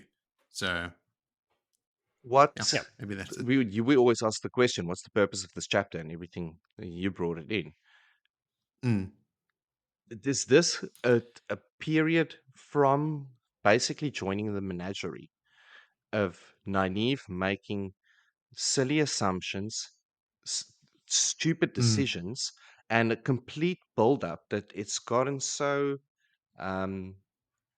so out of touch that it's now just Yeah, on it's like, this comical. guy hates women. It becomes like, like over the top ridiculous. Like, Yeah. it's they kick the guy out of his bedroom. They bullied. I mean, Yes. they bullied him. They bullied him on his boat. They made him throw And his that's Nynaeve's entire way. stock overboard, and then, okay, And cool. What he's we've the done bad is guy. fine. Here's some jewels, and Yeah, he's the it's bad true. guy. So yeah, it's I think this builds up to this greater thing that she's got to get knocked down so hard now when she gets to Salidar. Like that, and I don't even think she realizes it at this point yet. She's like, I'm in Oh, charge. no. I command this boat. I command all these people.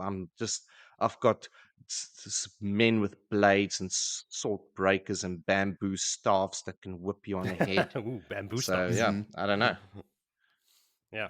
Yeah, and I mean, she straight up says it, like how far she has come crashing down. The next chapter even, I think, starts with her sort of being almost like her head spinning with how quickly her idea of how she would be received has changed. So speaking of which, should we get onto that? Yeah, sure. Okay, then. Chapter 50 is called To Teach and Learn. Teach us, Jody. Yes, teaching and learning. They arrive in Salidar. Yay! And there was much rejoicing. Finally. So they've been chopping their way, bundu bashing, now that everybody knows what that means. They were met by some none too pleased warders. And there were some itchy sword grabbing Shinarans. But Nynaeve and I think maybe Elayne as well calmed them down. and everything was fine, and they were escorted back to the town. It's not quite going to plan as Nynaeve had imagined it would.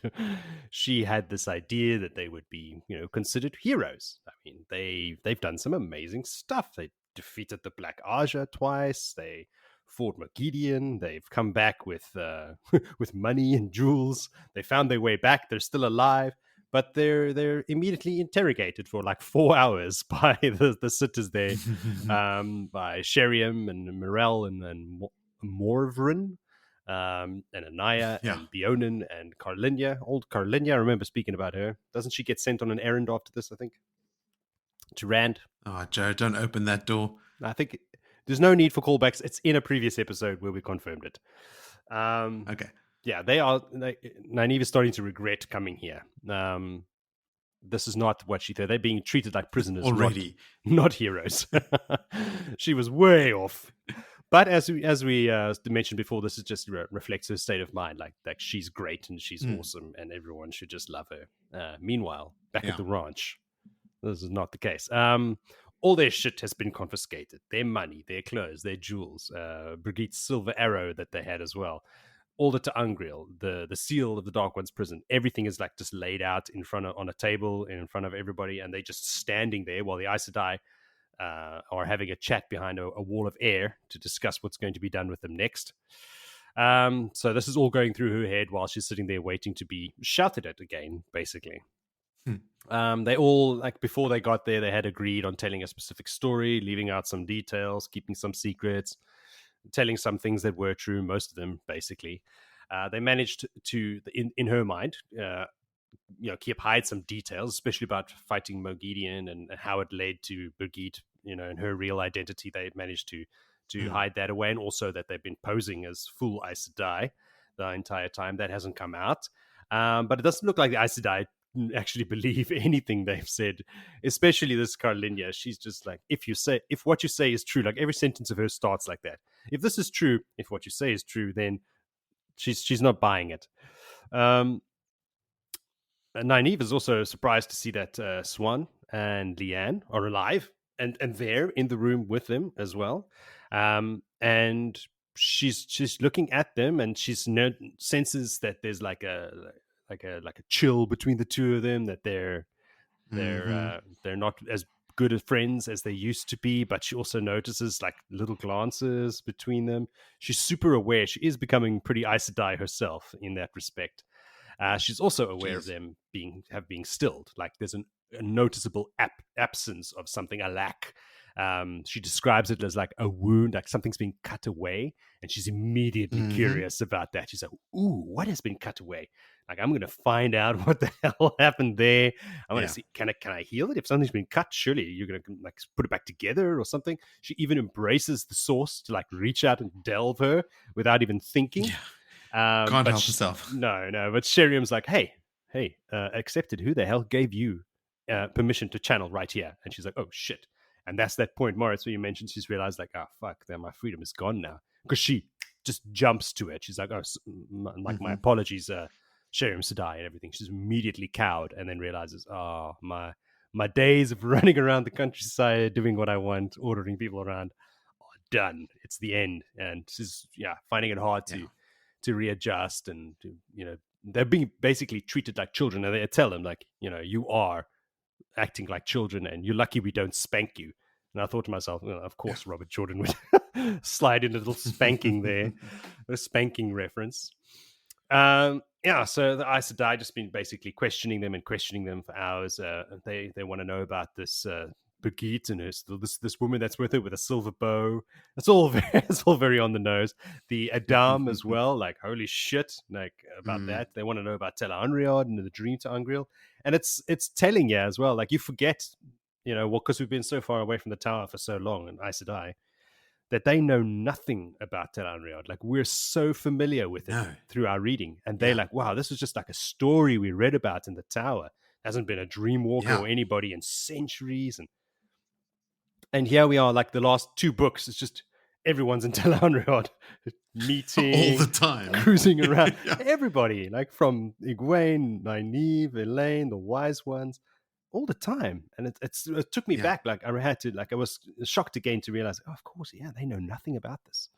So to them, this is like the biggest find ever. It's a major part of the story. Yeah. It's a powerful medium through which to affect change. Like battles happen in Tar Valon. People eventually start, creating gateways and going there in the flesh. Not to mention all of Perrin's stuff that he does, and the dream spike, that in the world of dreams prevents people from channeling in the real world.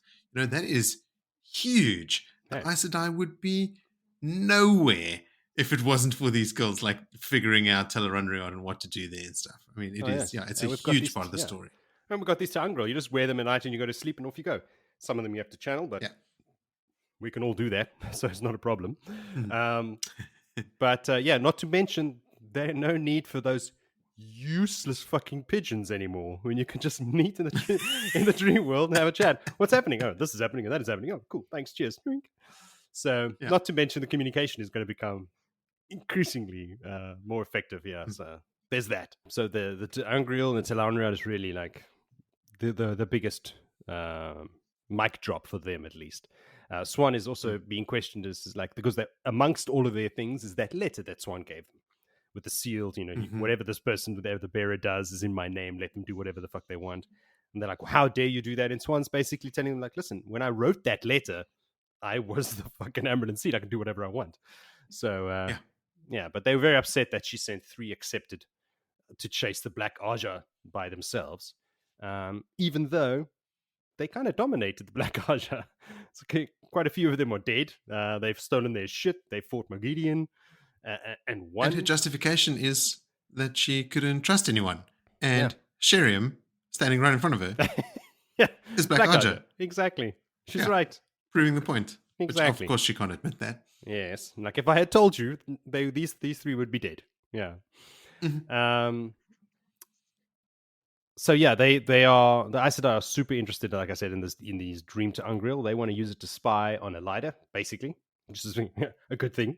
They want to contact. This is where Leanne says, like, but you can use these to Ungrill as well to contact Moraine now. She is. You can do it through Egwene, because Egwene's the Dreamwalker. Like, with all this information is great. Like, we've stumbled upon a gold mine here. We can contact Moraine through Egwene, and she's right next to Rand, the Dragon Reborn. Like, this is a game changer for us. And they're also like just blown away to learn about the Aiel, that they are dreamwalkers, that some of the wise ones can channel. And I'm just thinking, like, this is just more of this Aes Sedai ignorance. Now, while they should be in charge of people like Nynaeve and take her down a peg or two, they themselves are just so arrogant about how the world works. They're surprised that the Aiel wise ones can channel. Like, no one else can channel except us, kind of an attitude. They're surprised when we learn about the kin and all of that stuff. Like, so this is more of the same. Sheriam just says blind spots. Yeah, blind spots, man. So Sheriam orders Nynaeve and Elayne. It's like, you guys will teach us how to use these to Ungrill to enter the world of dreams. Nynaeve's worried, of course, that like once they do teach them that, they'll take away these Ungrill. They'll never be able to go to the world of dreams again, or meet with Egwene and all of that. All that will be taken away from them once the Aes Sedai learn that, which is true, I suppose. And look, Nynaeve has had a really bad time in Tar Valon. Maybe it's best she doesn't go back. Maybe she should take a break. It's decided in that meeting as well that, look, they all agree that Nynaeve and Elayne can't be held accountable for being sent out of the tower, that they were under command from Swan at the time. But all that shit is now over. It's done. Put that behind you. You're going to go back to being accepted. You are going back to your studies, and you can forget about all your adventures and whatnot. And this is like the final nail in that coffin of that freedom coffin. Weird analogy, but there you go. A freedom coffin. But anyway, back to what it was before. So interrogation is done. They're dismissed and sent over. So they continue talking to Swan and Leanne after that. But before they do, it's Beonin. Is she a Brown? I think she brings the topic back to the seal of the Dark One's prison. Let's not forget that. we spoke about that in the previous chapter, that it was still in one piece when Elayne packed it up. Well, Nynaeve packed it up in the menagerie. But now that they've arrived in Salidar, it's broken. And they've actually been able to crumble it with their bare hands, the Aes Sedai. Yeah. And they want to know, because Nynaeve was telling them, like, look, I tried to touch it because it was like evil emanating from it when I was there, but now that evil is gone. They can't feel it. No, Nynaeve can't feel it, and the Aes Sedai don't feel anything either. So it's shattered, even though it's made of Quendiyar, and they confirm that it is actually Quendiyar. Some of the Aes Sedai, they delve it or whatever, and they're like, yeah, it's totally this. So none of this should be possible, of course. So they like first blame them for not taking care of it. And Elayne's like, we didn't take care of it because it's made of fucking Quendiyar, you know, like we didn't think we needed to be super, super careful with it. It's supposed to be indestructible. Then they talk about that as well, like, well, how many seals are still left? And Anaya is the one that says, like, yeah, I think there's, like, according to her information, there's 3 seals that are still left intact. Callback. How does she know that? I mean, I know we know it, but we've been reading about everybody everywhere. How does she know there's 3 seals? I mean, she's got eyes and ears, I imagine, then, all over the place. Everything that they found was taken to the tower. Remember, every one of the seals made its way to the tower. Yeah. Yeah. Look, I've lost track of the seals. I know in like episodes ago, we decided, like, yeah, we should keep track of everything. That didn't last very long. No. Anyway, someone will remind us. I'll try and do a roundup. Well, anyway, 3 of them are still whole. And then everybody's like, did I read correctly? What? Or did Nynaeve, did she say that in Tanchico, the seal did not have that evil sort of emanating from it? I don't recall that. No, I took it like she's saying that they didn't handle it because if you've held it, it felt like evil. So they purposefully she avoided the seal. Yeah, she picked it up and... Because I was just thinking, like, okay, if in Tanchico it didn't have that, and then in the menagerie it did, and now it's broken, that would be troubling, because that feels like a very recent, like, swelling of power, like something is pointedly, like, forcing its way onto it in a very short period of time, like almost like it's located. Oh, I know where it is. Target it, break it. Yeah. But yeah, I'm not sure of what I read there. All right. The worry then in the room is that, look, there were 7 and now there's 3. Is 3 enough to hold the Dark One in his prison? Like, the more he breaks, the more seals he breaks, the easier it gets to break the others that are left. So yeah, there's a lot of concern. Like, the shit is happening, you know. Yes. Rand al'Thor is the Dragon Reborn. The seals are broken. The Dark One is coming. Tarmin Gaidon is here. We've got to make a move. We've got to do something. So that's basically where the interrogation ends. They send Nynaeve and Elayne out to the common room there, where they meet old Tom and Julian as well. Uno is also there, and all 3 of those dudes are like, listen, we got to get out of here. Like, how are we going to get out of Salidar and go away and get free of this? And Nynaeve, and both Elayne and Nynaeve are, you know, look at each other and start thinking, and they both decide, no, look, we got to stay here. Nynaeve, of course, is just thinking about, like, she hates Aes Sedai, obviously, but she needs to stay here. She needs to be able to study with the yellow Aja. And she's noticed in Salidar that there are 3, at least, that she saw yellow Aja sisters. Thurva Meresis, Nassau Dashin, and Dagara Finchi. One of those is apparently the greatest healer. I can't remember which one that the towers ever had. Dagdara. All right, Dagdara. Okay, that's the one. Thank you. So she is not going anywhere. She's like, she wants to get back to Rand and Egwene and go and help them, but she wants to get back to Rand to be able to do something, to not just stand there and watch him go insane. So she wants to be able to help him with that insanity. So she needs to learn. So she's not going anywhere. Elayne also would like to stay in Salidar. She also wants to learn and can do more from there. So they're like, you know, thanks for the offer, guys, but you guys can go. You guys should go to Cairhien, go help Rand. He's going to need all the help he can get. Tom with a game of houses, and Julian with his bamboo stick, I suppose. I don't know what Julian's going to do there. He'll be helpful. He's a pretty good fighter. But then all three of those dudes, Uno as well, they were like, well, maybe we'll stay too. Why not? And they're like, listen, we can see through your shit, guys. You're still trying to hold on to your oaths to Rand and to Moraine and to everybody to look after us, but we don't need looking after anymore. We're fine now. We're in our at home basically. We're surrounded by Aes Sedai and waters. You guys can go, but no, they decide they are going to stay there. And keep an eye on the girls, I suppose. Well, the women now. I keep referring to them to girls, but I'm an old man, so deal with it. I keep doing it as well. Yeah, dude. I mean, my 40s. These girls are like 20. They're girls. Brigitte is there too. Oh, and Min. Shit, I forgot to mention Min. Min was the only person that was happy to see them return, and she keeps mentioning it. I'm so glad to see you guys. So glad to see you guys. There's no friendly people in this place. They're all mean. So she's just happy to see them. They're trying to there's a line here again, which is more pertinent now that you've mentioned that Merrigan is Moghedian. They're trying to play with her boys, those two boys, to get them to do something. They're trying to Brigitte's trying to juggle like Tom and stuff, but these kids are just wide-eyed, freaking the fuck out. I wonder if they're if you say that they're compelled, or if they got like some inverted weaves of air around them that they can't speak, and they just freaking, maybe they saw Moghedian kill their mother and assume her identity, and they're gonna be traumatized for life. Threatened, man. And this is some crazy shit. And yes, of course, Nynaeve and Elayne tell Brigitte there, like, listen, we managed to keep your secret safe. Like, you weren't outed, and Brigitte is like visibly relieved, and I would imagine so, being surrounded by all these Aes Sedai and boarders and whatnot. Like, her secret safe.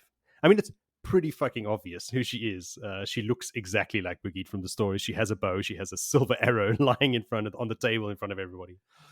But still, has she taken back her name now as well? I don't recall. Is that in a previous chapter? Did she already? Yeah, it was in the previous chapter, and the boat already. She's taken her name back. This is Brigitte. No relation to Brigitte Silverbow, even though she has a silver bow. Yeah, that's weird. Anyway, I suppose it's kind of like, the whole blonde braid. Superman Clark Kent thing. It's Superman with glasses. Now no one knows who he is. So also Brigitte is from like ages ago, right? Yeah. Like, it's impossible to everyone that would meet her. Like, it cannot. It's an impossibility. It cannot be the same person. Yeah. It's just someone who loves the story so much that she's emulating her, maybe, or something. I suppose. Yeah. But I mean, look, by now they've seen some really weird shit. Anything's possible. Also true. The whole time that they're having this chat, there's Morel's warders are like, there's two of them having a chat behind them, leaning against the wall, and obviously been assigned to keep an eye on them, but not pretending not to as well. But Nynaeve notices it as well. And guess who else is there? Our favorite accepted, Phelan. She comes in, pushing people around, grabbing Arena. I'm going to call her Arena. Maybe not Arena. Sure. Arena and Nicola. She says, like, listen, come with me. Just grabs them and tries to drag them away. And of course, Elayne and Nynaeve step in between, like, what the fuck are you doing? Like, they have a chat with her. You can't just drag these people away. She's like, no, I'm under orders from Cairhien Sedai to go have these tested. We're testing everyone now. They've actually, there's a funny line. As soon as Phelan arrives, Elayne sees her and goes, hey, are you still souring milk for a hobby, Phelan? I just thought, awesome. Well done. They find out while they're chatting to Phelan, who apparently is still a huge cow, that Aes Sedai have been sending out search parties based here in Salidar, looking for women who can channel the nearby towns, and they've found 3 so far. One a wilder, in the way that Phelan says it's. She still hates wilders, and like, in disgust. And Nynaeve's like right there. She kind of like glances at Nynaeve a little bit, like, maybe I shouldn't have said that, but I don't think she really cares. Anyway, she takes off the 2, takes Nicola and Arena to go be tested. And Swan and Leanne come out of their little interrogation room. And Nynaeve notices them come out, and she still notices that they look like they hate each other, but she sees a tiny little flicker between the two of them. Swan looks at Leanne with a kind of look of sympathy or something. and then they separate ways, and she's onto them already. Swan walks over, joins them, and then of course Gareth Bryan also joins the group, to which Swan is none too pleased. But he's there to ask Uno for help. He's like, hey, you guys have the best heavy cavalry in the world. Would you help us train these dudes here? And he's like, well, I'm not doing anything. Sure, why not? I've got time to kill. So he joins them. Brian obviously immediately recognizes Tom, and they have this conversation that is full-on Game of Houses talk, all under the guise of playing Stones, the Game of Stones and whatnot. So to Nynaeve, from her point of view, she's like, what the fuck are these guys talking about? They're having a full-on conversation about, like, we're not going to get in each other's way. We're going to, I'll do my thing, you do your thing, I'll support you. But basically, like, because Gareth, of course, and Tom both had a crush on, well, I say more than a crush on Morghese. And as we know, Tom had kings murdered and whatnot in him for her. So there's a lot of history between those two, and they know each other very well. But they'd say, like, all right, we're both going to hang around, but we won't get in each other's way. Basically, Tom pushed Morghese over the edge to the point where she sent Gareth Bryan to capture him and clap him in irons. And Gareth Bryan has been searching for Tom ever since. And here he is. Oh, here I am. He's the guy that got away. But that was like 20 years ago now. That's a long time. I'm still holding a bit of a grudge. That's why it's so dangerous for Tom to go to Caemlyn. Yeah, and why he doesn't. Now, of course, we know Gareth knows Elayne, and Elaine's there too, but he just basically ignores her. She goes up to him to have a conversation. She's like, I heard what happened with my mother. That my mother can get all hot-headed and whatnot. I'm sure we can, like, cause her, we can chat to her, and we can get her to change her mind, and she made a mistake and whatnot. But Gareth says one line to her, and he says, what's done is done, and then just ignores her and carries on talking to Uno and Tom. And she's very taken aback by this, so he kind of like, he's not in the mood to talk to her right now, being the daughter of Morghese. No. I assume she just needs to take it easy, but she does. She backs off. She's not going to press the situation. After that little situation, Swan takes Nynaeve. She takes her for a little chat in one of her little rooms, and that's where Nynaeve gets a sense of people being taken down a peg or two. Like, Swan used to be the Amyrlin seat, and she's in a room now. Like, one of the tables in the corner is being held up by a brick under her leg, and she's got like a pallet on the floor, and she's really hit rock bottom, but still, scheming and working and doing everything. And Nynaeve realizes, like, shit, this is my reality now too. Like, if Swan is this low, where the fuck am I, basically? And also, if Swan can fall this far, I can also be okay. Like, I suppose Nynaeve's constantly thinking about how far she's fallen from like where she was adventuring and stuff. Swan was the Amyrlin seat, and she's fallen to this in this room with the pallet on the ground and stuff. And I get the sense that she also feels like, okay, well, if she's still operating and she can fall this far and still continue, like, I should buck up. Yeah. I suppose I never thought about from that perspective. I just thought about the just the realization that there's a long way to go to the bottom. Yes. Yeah. So Swan's there. She wants Nynaeve to teach her how to use the Dream to Unreal. Surprise, surprise! Isn't that what everybody wants? Of course, she's just as interested in the world of dreams for her own manipulation tactics. She has different plans to the Aes Sedai. But she's like, listen, you better teach me. And if you don't teach me, I am going to reveal that you and Elayne and Egwene have been posing as full sisters while you're out in the world. Nynaeve is shocked to see this, to hear this, right? And it was also just a guess on Swan's part that they were doing this. An educated guess nonetheless, but Nynaeve's reaction basically confirms it for her. But Nynaeve is also, she's developed a backbone over these last couple of weeks and months out there, so she doesn't want to be bullied anymore. She's not taking this shit from Swan.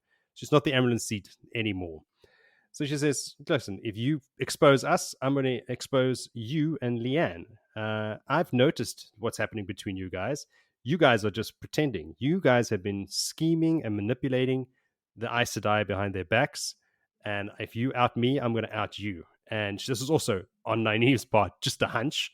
But the reaction from Swan, which is absolutely no reaction whatsoever, tells her like, "Yep, she's hit it on the nose. This is it. Like their hostility is a total masquerade. It's all been a masquerade." So anyway, Yes. I've already said that. So Nynaeve is like, "Listen, okay, I will teach you to use these Dream to Unreal and go into Tel Riat, no problem. But you are going to let me study you and Leanne and Logain, because I've heard he's here too, by the way. We haven't seen him yet, and find out what's happening with this stilling and this gentling. I want to find out what's going on." Swan is actually impressed by Nynaeve's backbone in this situation. She even comments on like, "Oh, I hope Moraine's had better luck with Egwene keeping her more malleable in this situation, because this is not happening." Nope. No. Moraine's looking at Egwene as an equal almost now. Yes. Right. So they have their little thing. Then we move over to Elaine's point of view. She's gone after Min. Because Min, when Gareth Bryan arrived, he was like, "I need my laundry done." He has a bunch of shirts, to which Swan just gives it to Min. It's now Min's job, obviously. She's gone off to go wash his shirts. On their way there, they see Leanne inside the stables, cozying up to some dude who looks like a blacksmith or something, and Min's telling her like, "Yeah, she's been doing that a lot with a lot of different men." So I don't know exactly what that part of the plan is between her and Swan. I don't know Leanne's part in this and how it involves all these men. I don't know if you have any insights into that, but anyway, this line is important. It's there for a reason. She's practicing her Yeah. I don't think she's practicing. I think she's she's just Damani. yeah, no, she's done Damani, practicing. sorry. She's got it back. I don't think it's just practice. I think she's manipulating these men to get something. This dude's a blacksmith in People a are stable. noticing like how she's moving and like her whole way has changed. Yeah, that's one of the things I mentioned earlier that Nynaeve notices dresses. Is she not just holding on to that as like, No. remember, to keep not dying from the stilling, you've got to find something to focus hard on to keep you motivated. Like Swan is like dedicated to climb the ladder and to the cause of the coming Tarman Gaidon. Yeah, but look, Leanne and Swan are working on that she's together. loving flirting. Yeah, Okay. but also, I I don't mean, know. this is Min telling Elayne Mm. that there are strange people coming to see Swan and Leanne all the time. Mm. Is this not the Amerlin's network of eyes and ears, Perhaps. which Swan has still retained? Yeah, I mean, but Leanne wouldn't have to cozy up to these men and brush up against them and use her wily ways. I mean, the thing is that this dude's a blacksmith. He's in a stable. I'm thinking maybe they're trying to build up some friends to be able to get some horses and escape from there or something, or go do their thing to get out of there. Since they're not Aes Sedai, there's like limited things that they can do there. Maybe they're looking to gather support so that they can leave. It's a theory. Get to Rand and make, Ooh, I don't know. I don't know. Anyway, I just thought it was noteworthy. For sure. I mean, like everything, it's put in there for a reason, right? You would assume. Yeah, like most stuff. What if just because we can't figure out what that reason is? That's it's not to say there It isn't could one. just be to create an opening, a reason for Min to tell Elayne that strange people have been coming to see them. I certainly read it as like very vaguely stating that Leanne and Swan are still operating. They're still busy doing something. I don't think it's to escape necessarily, because I mean, I think Swan wants to be where the action is and where, like, decisions are being made, and to manipulate at the highest level. I don't know. If she wanted that, she would be by Rand. She wants to get to Moraine, because that's why she wants to go into the world of dreams, so she can contact Moraine. She better hurry. It's not going to be possible for much longer. Well, Moraine's there, so she doesn't need to be there. I think she trusts Moraine to continue doing what she's doing. All right. Speculation abounds.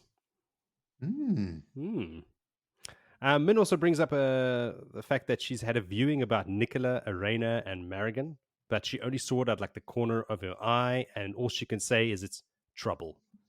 And based on what you told us earlier, Moritz, she's spot on. maybe playing it Fulfilled. down. A little bit Yeah. more than trouble. So yeah, but you can't define it any better than that. But that's all we need. Elayne wants to talk to Min about her viewings about Rand and these 3 women that she's going to have to share him with, or 2 women that she has to share him with. So Min actually comes out and says, like, all right, the truth is I am one of those women. And this is the first time that she admits it to Elayne, and Elayne is kind of shocked about it, obviously, but realizes, like, hey, if it's going to be anybody, I like you. I'm glad it's you and not some other weirdo that I don't know. She's glad it's not Berylane, for one. Yeah. That's not the third person, but then she asks her, like, so who, if it's you and I, who's the third woman? But Min says, look, she doesn't know who it is. All she knows is that she has a temper. And I'm like, well, that doesn't narrow it down at all. Let's hope it's not Nynaeve or Berylane, she says at that moment.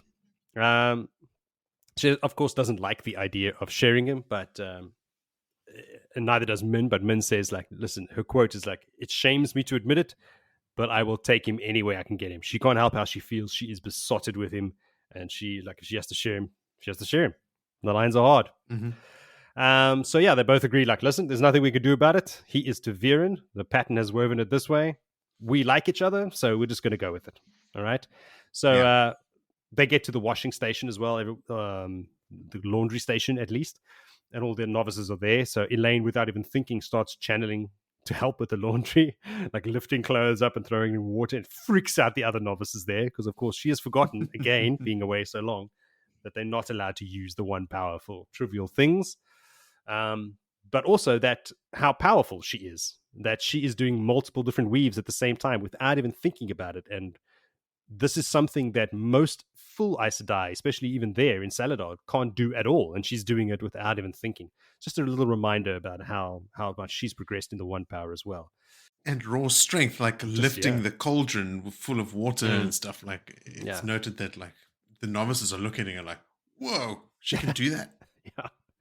While she's having a conversation, she's not even concentrating fully on it. Exactly. Yeah. So the speculation between them while they're doing this washing is like, who can this third woman be? And Elayne is like, oh, I hope Avienda's taking good care of him. Like, oh, she is. Real good care. Don't worry, she's keeping an eye on him. And that's how this More chapter than an ends. eye. Yeah. I'm glad that they sort of acknowledge the ta'veren thing here when they're talking about, like, there's going to be 3 women in love with him, and they sort of acknowledge, well, he is ta'veren, because it would be like, I don't even know what to call it, but for an author to write a male character that is just so alluring that 3 female protagonists have to be in love with him, right? Yeah. At least they acknowledge that ta'veren is playing a role there. Yeah. All right. Yeah. Anything I missed? More details? I think you actually done a bang up job on that one. Yeah, you sure did. Swan has a visible reaction to hearing that Varen gave the girls the stone ring Terangriel. So Swan must be thinking, oh, I thought Varen was an ally. Shit. Yeah. It's a thing that she hasn't told me. Nobody knew about it. And Nynaeve notices Varen's sort of the only person that knows about that ring. She knows it was off the books. Yeah. Yeah. Min looks different in a way that Nynaeve can't put her finger on. She's probably wearing makeup. She was wearing rouge. Yes, there was a notice there. And she's got like embroidery. She's still dressed in breeches and stuff, but she's flowery. Bit of embroidery on the jacket now. Makeup, longer hair. Yeah. Yeah. I had a good chuckle at Reagan and a few others that already have some horses marked out for borrowing. I love that. For borrowing. Yeah. These guys are already, they're like, yeah, the waters would be facing outward, right? Like they're defending the town. We could borrow a couple of horses. We could be out of here. Don't worry about it. We've already, like, they just got there. We've already eyeballed a couple of horses for borrowing. Not a couple. 15 Shinarans. 20 horses. Yes, exactly. You're going to steal 20 horses from Waters. Yeah. Good luck, bro. So good. So Dagdara, Mm. apparently more powerful in healing than any two other Aes Sedai put together. Not included at Matt's healing? Was she there? She might have been She away. was not. She, like in the tower, I mean, she might have Maybe. been on an errand or something. My other note here, it's probably for the best because she is Black Arja. God damn it, Moritz. Moritz, bearer of black news. You like this person? So keep an eye out because Girlfriend. she's around when Nynaeve heals Leanne and Swan of Stilling. Yeah. And she has sort of like a weird reaction to Nynaeve. Yeah. So yeah, keep an eye out. She's Black Arja. So when she says something and acts in a certain way, keep that in mind. Will do. Swan is sort of stoked with herself after her interaction with not Swan, sorry. Nynaeve is sort of stoked with herself after her interaction with Swan, saying, you know, like for the first time in ages, someone tried to bully her. Yeah. Failed, which is hopefully now the end of that one aspect of Nynaeve's sort of insecurity and stuff. I doubt it, but sure. Still another 9 books. Yeah. And then my last note here was just, I'm just glad for Min that she came clean to Elayne about being in love with Rand, and that Elayne took it well. It's like just another little weight off her shoulders.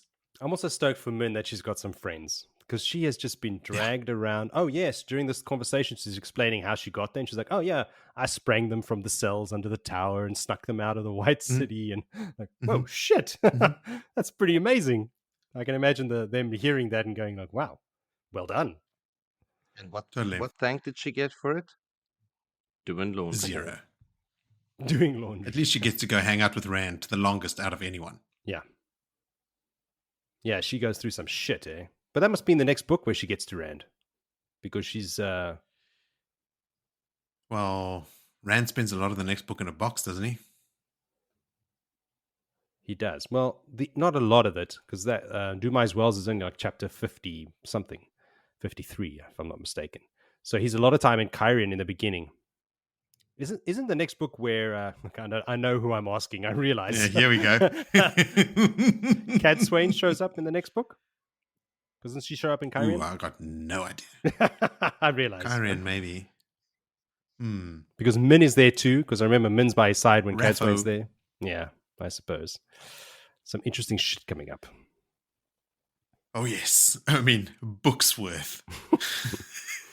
Bookses and bookses. Books and books and books. Millions of words still to go. Yeah, millions. Do you have anything else to add there, Vol?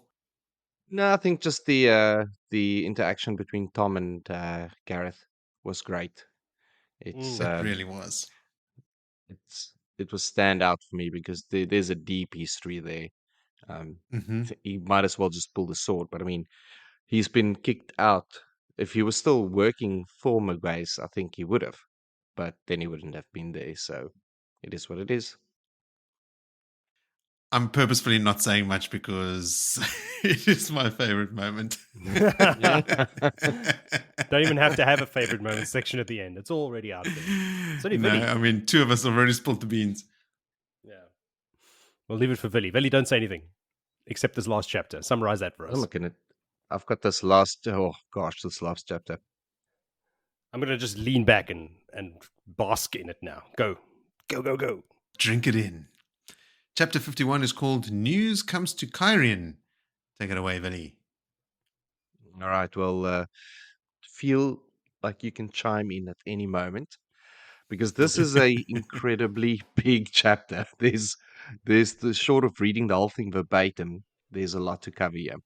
In Rand's perspective, we are in the city of Cairhien, and Rand is taking a break from a couple of hours of meeting that's already run past with the Cairhien and Terran nobility. And while he's just sucking on his pipe, he's got the young Salander. Sure. Slander? Salamander. Salamander. Salandi. Anywho, she comes and squeezes her bosom up against his arm.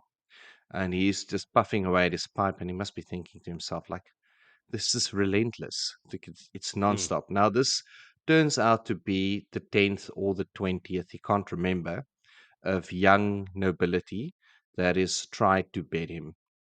Some of them have tried to come into his chambers, and the maidens chucked them out. One unlucky one was found by Avienda, and she was dragged out by her hair.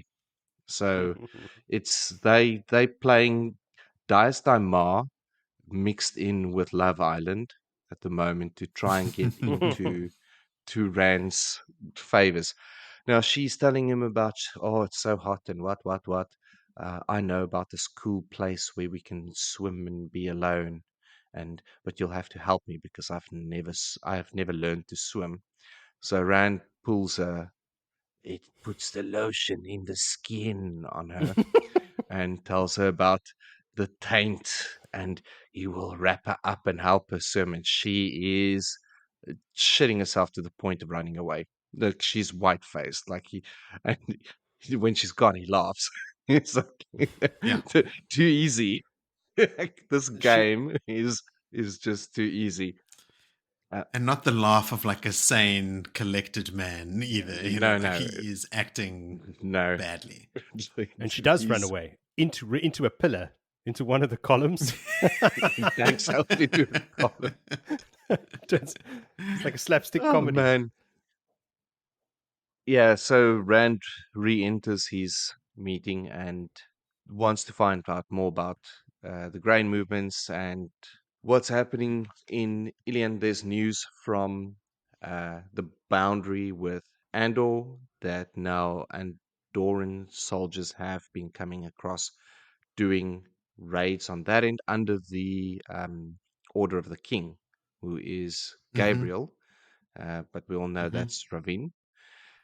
And Rand's is like at the point he's had enough of meetings, but dismisses everyone but Lady Colavia, because he's like, no, I know that all these young, so now I know he's messing with her, like all these young girls, but he's after experience. So you will come and dine with me tonight. It will be private dining, and then we can have a chat.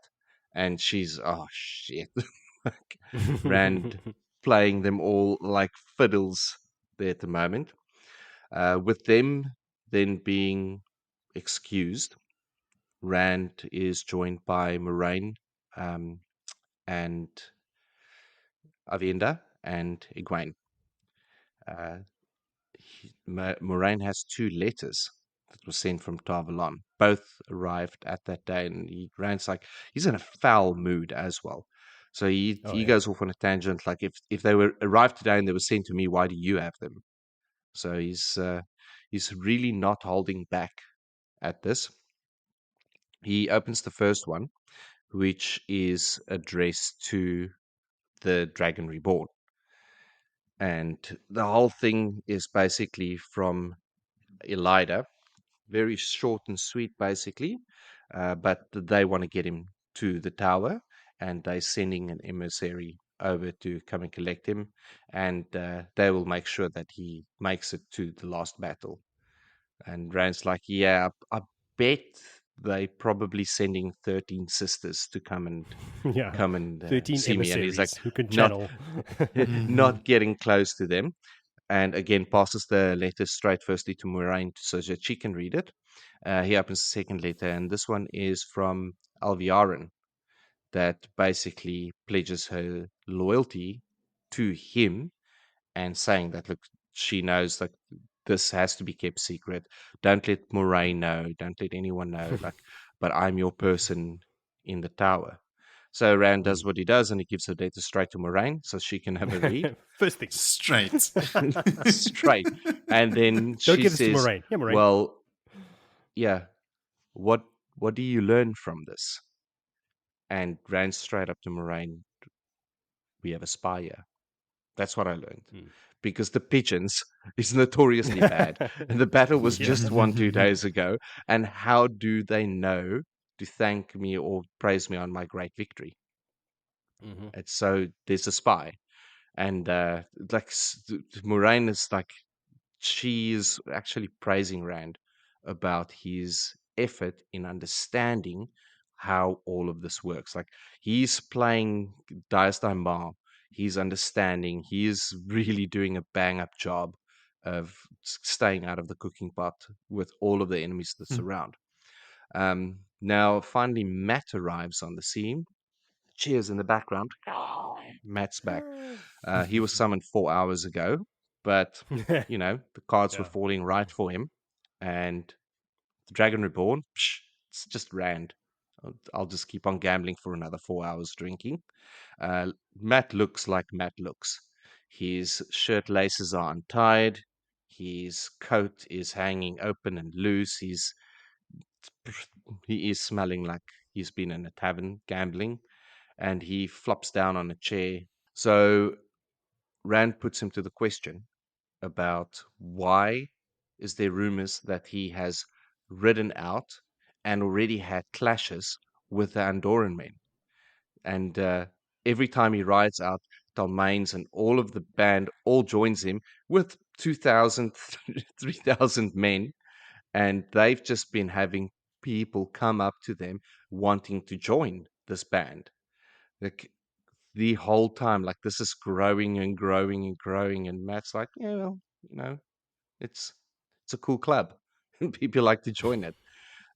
But Rand's like, let's no more sorties being sent out. That don't go and look for stuff. Like, there's now already rumors running around that you go looking for battle or battle finds you. Like, and this is whipping up everyone into a um, wanting to join his crusade frenzy. Uh, Now Moraine finds it This quite. is this is Matt trying to get away, right? Because Matt's riding Mm, off by himself, and I think someone else mentioned. Luckily, Talmanas and Nalisian will ride like the wind to find you. Like, Matt's riding off on his ace, and the rest of the band is following him. And then there happens to be a battle. He's like, "Oh, okay, cool. Yeah, we won that battle. I guess we'll go back now." Yeah. And then he goes back, and then he rides off again. Like, it happened a couple times.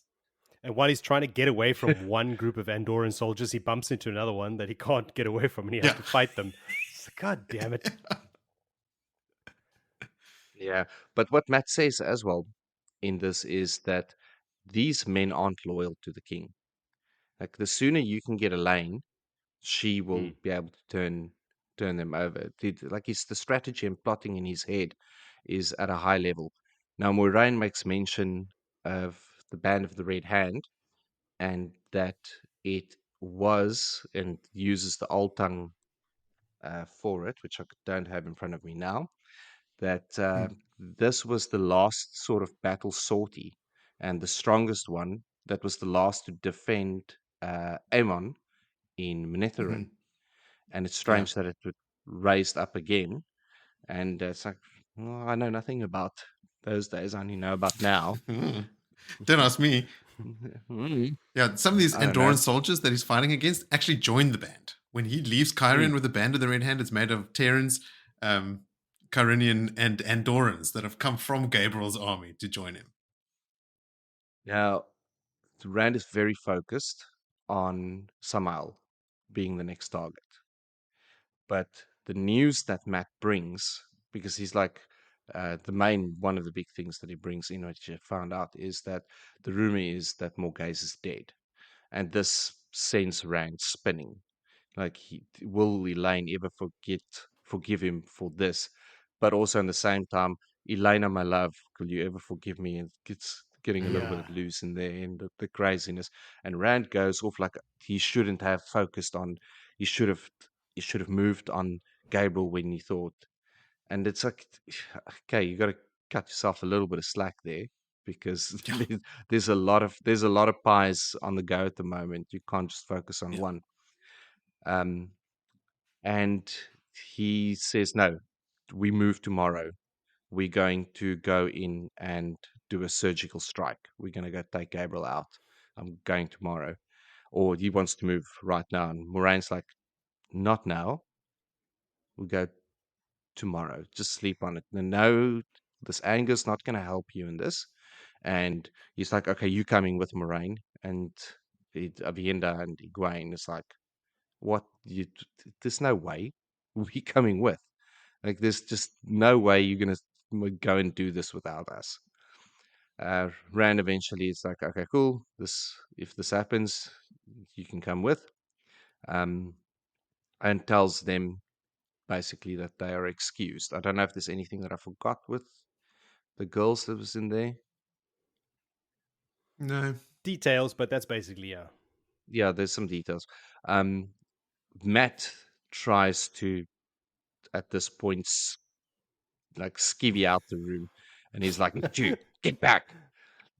Yeah. And He's like Rand behind Rand's lays a back, bit of the Lord. sneaking out of Yeah, the room. just a slow What are you movement. doing? Maybe I can get out of here. But Rand like says to Matt, like, I know I was there. I know where you got these memories. I cut you down from the tree when you were hanging. I was there when you got the foxhead medallion. And I need you. You know more than any one of the A'il clan chiefs. In fact, you know more than all of them together. I need you. I need those memories, and I cannot have you running off on sorties and getting killed. Like, there has to be a plan. So, and he lays out a plan for Matt to basically lead a bunch of men back to Tia, which is going to be the start of the move to take on Samael and Ilian. And then Rand will go and deal with Gabriel uh, on the next run. So that discussion is sort of happens off book, the majority of it. Behind closed doors. Yeah. Then we go to a quick point of view of Egwene, where Moraine basically just tells them, like, look, be really careful tomorrow, because Moraine knows what's going to happen tomorrow. I think, is this not the point where she goes and faces Lanfear now? Like, she's like, It is. stick with Rand, guide him. Like, just a little quick wrap up of everything that she's been anyway going on for a very long period of time. And none of them are any the wiser to this. Like, Yeah. so specific. But then that's jump back to Matt's point of view. He's upset that he can't get away from Rand. He's got now being the hero of the battle that chopped down Couladin's head. He at least has in the palace a room that's got an ante room. Like, he's living Lani life now. But for once, he's not focused on the cost of all the furnishings and the tapestries and the gold inlaid ivory furniture, because he's just so focused on this whole not being able to get away, I suppose the inner conflict that he has with the whole being pulled into this. And he throws his Ashandari at the tapestry, but then goes back to it. It slices the tapestry and picks it up and still feels the blade. And it's like not even chipped. And it's like, oh, well, why would it even chip? It's made by Asadar. It's like unbreakable. And with that, he turns around and there's Melindra. Now, he informs her that the plans he's going to be moving. Unfortunately, she can't come with. Because she'll probably want to stay with the maidens, and he's going to move a bunch of men. He's got his orders from Rand to go, and she's like, "Well, you can seek your own destiny. You're right back under what's the word I'm looking for? The shadow of the Rand shadow. Yeah, in the shadow of Rand, and you can be your own big man." And he makes a slip of Caemlyn that Rand is going to Caemlyn, and before he knows it, she veils herself. But before he realizes, she punches him in the gut, fly kicks him in the head, and like a full on scuffle breaks out. And when Matt goes flying through the air, falling on his back, in that moment, he sees her grab a knife and put on the shufa and veils herself. Like, this is serious business right now. And in that moment, he doesn't even think, but one of his knives come out of his sleeve, as Tom taught him probably, and he throws it, and he hits her straight in the chest, in the heart. And she basically comes down, what I assume, like on top of him, and he just wants to know, like, why? Like, why? And she's got few breaths, say, like straining, and he knows where the heart is. It says in the chapter there. So he knows he hit her in the heart. And she says, "You've got the great lord's luck." And then it's kind of the end of it. But before that, she pulls out a dagger and she stabs Matt, and the dagger hits the foxhead medallion, and at an angle that it actually just breaks the dagger off by the hilt, and the hilt goes flying, and he saw the bees and the garnishings on the dagger, and he realizes, well, she's a dark friend, and he bets if he goes and counts the bees on that dagger, it's going to be 7, and like she's in on it with Samael, and all he wants to know is why, and the dice keep spinning in his head. It's after she tries to stab him and she hits the medallion that she tells him that he's got the Great Lord's own luck. Great Lord's own luck. Yeah. Melindra, tricky one to puzzle out. And like, what's her deal? She seems to have genuine affection for Matt. She does. Yeah, look, she was given a task to infiltrate and befriend, and she developed feelings for him. I'm sure that happened to a lot of spies in every situation. We've seen this in spy movies over and over again. At first, I was sent to, but then I movies fell are in maybe love. not the best. Yeah. James Bond never fell in love. Oh, they retconned He did that one time. Yeah. It sucks because I knew this was coming. Like I know she tries to kill him, and he kills her, and this is the first woman that Matt kills. Like he's killed Trollocs and he's killed men, and he's now led men into battle. But this is the first woman, and he knows that this will stay with him for a very long time. I was surprised how long it took for this to come around. I thought the showdown happens much sooner. Yeah, as well. I thought it actually happened when they were in the Battle of Cairhien. I thought it happened in there. My shoddy memory had it still happening back in the Waste. Oh, really? Yeah, well, there's not much to be said about our memories, guys. Don't beat yourselves up. No, just how bad it is. Yeah. Yeah. There's a scene when Rand is talking to Moraine and Egwene and everything, and she's like, "So what did you learn?" And he starts telling her everything that he learned, and she goes, "You'll do well." Like she's like, "Phew, I can die tomorrow in peace. This guy is ready. Like I've done my job." Yeah. She says, "You learn quickly, you will do well." Like she's like, "All right." My note is praise from Moraine. Yes. Yeah. Almost as good as praise from Lan. Not quite as good, but I mean, both come so rarely. So rarely. Yeah. I never had the mental image of Cairhien as described at the beginning of this chapter as this like now super, super busy city because now, obviously all the Foregate is no longer there and refugees from around the countryside and everything is like crammed into the city and it's really, really hot and it seems to me like really, really humid and noisy, like Rand standing on the balcony when he's being hit on by that young noblewoman.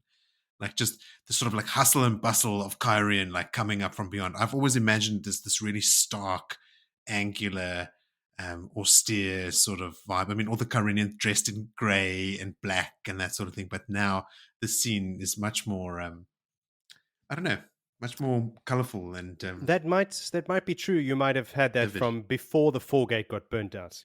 Yes. Yeah, it was a very sterile city when Rand got there the first time, in the sense that the greys, the dressing in greys, the big open like palace courtyards that there's no people around.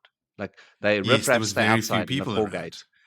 Yes. Now it's all of a sudden the party's moved inside and the nobility's not happy. They just want to get the riffraff out. One party moved outside, the White Cloaks. As soon as the siege got lifted, They scarpered, to borrow a word from Jody. Fucking Fuck 'em. white clothes. Yeah. Good riddance. Get out. Villy, do you want to defend them now? Shall Villy defend the white cloaks? They're actually not so No. bad. They're only trying to do the right Gal- thing.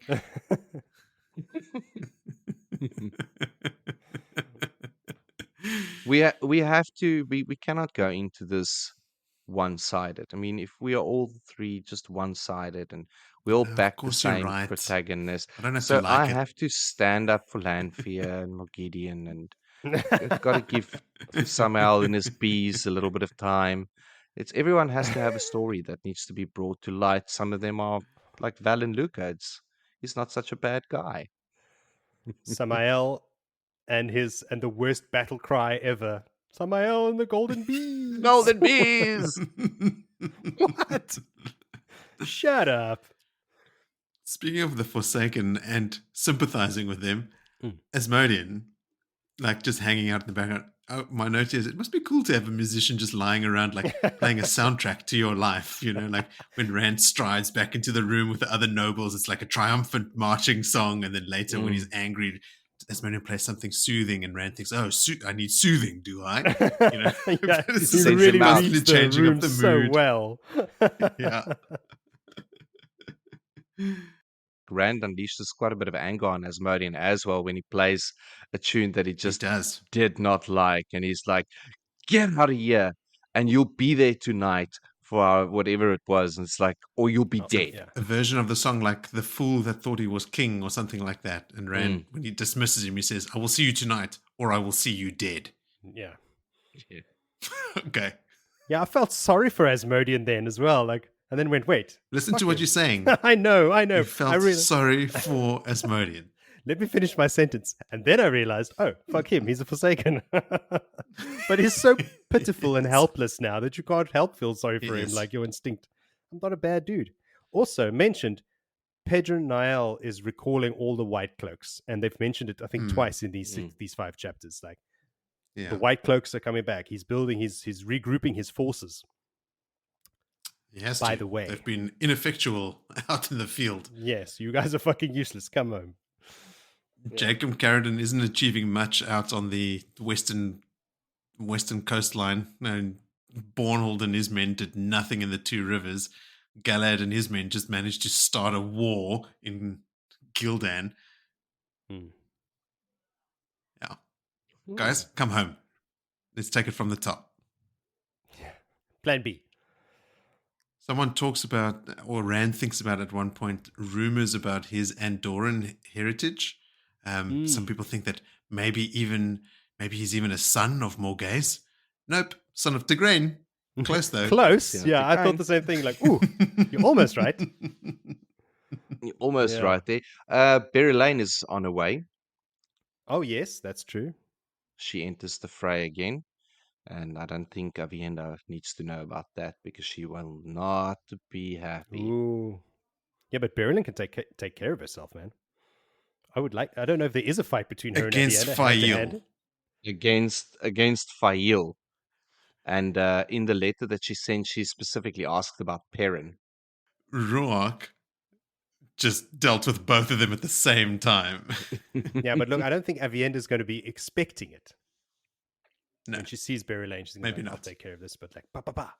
She also knows the hand-to-hand combat. I also felt sorry for Berry Lane because there is like a comment you're talking that she's a couple of like 100 miles outside the city or some shit. She is trying her best at every corner, just trying to save her country. Like, she's got this tiny little country that's constantly under threat from being swallowed up by Tyr. So that she's working for not just herself, for her people and her country all the time. So she's constantly having to and she doesn't have like all the armies and the courts as the size of Caemlyn and Andor and stuff. So she's got her. She's using the tools at her disposal. Yeah, exactly. Yeah. What the fuck was the point of Alviarin's letter? To throw Rand off, because he immediately did not fall for it. He was like, I would have believed her if it hadn't been so ham-fisted and flowery. It's so weird. Yeah, effusive in its supplication. Like, it is just like awful to read. And Yeah. and we called it out, but hilariously, like, don't tell Moraine. And he reads it, finishes it, and he hands it straight to Moraine, who then also hands it to Egwene. Like everyone's reading it. Anna No, look, it's speculation. Did Elviorin write that letter, or is someone posing as her? Or does she think Rand's a moron that he would believe all that shit? That's more likely. The Black Archer and the Forsaken generally seem to underestimate their opponents all the time. Alviarin is Yeah. Black Archer. That's correct. Just Head double of checking. the Oh Black yes, I can't. she's I the can't head of keep the tabs. Supreme Council. Yeah, she's not just any Black Archer. And Alviarin is the keeper for Yeah. Elida. And she wrote both letters because Rand noted that both letters was in her handwriting. That in the Yes, same but fluid. she, as the keeper, would be taking dictation from the Amelin, Yes, but I assume. Yeah, She yeah, wouldn't so that doesn't write really two prove different much. letters in the same hand and sign them with different names and send them to the same person. Like, she obviously took the letter from Elida. Yeah, Rand says that the Elida's signature on the letter was very rushed and like it was different to the actual script. That's true, yeah. Elida's too busy planning building her new palace.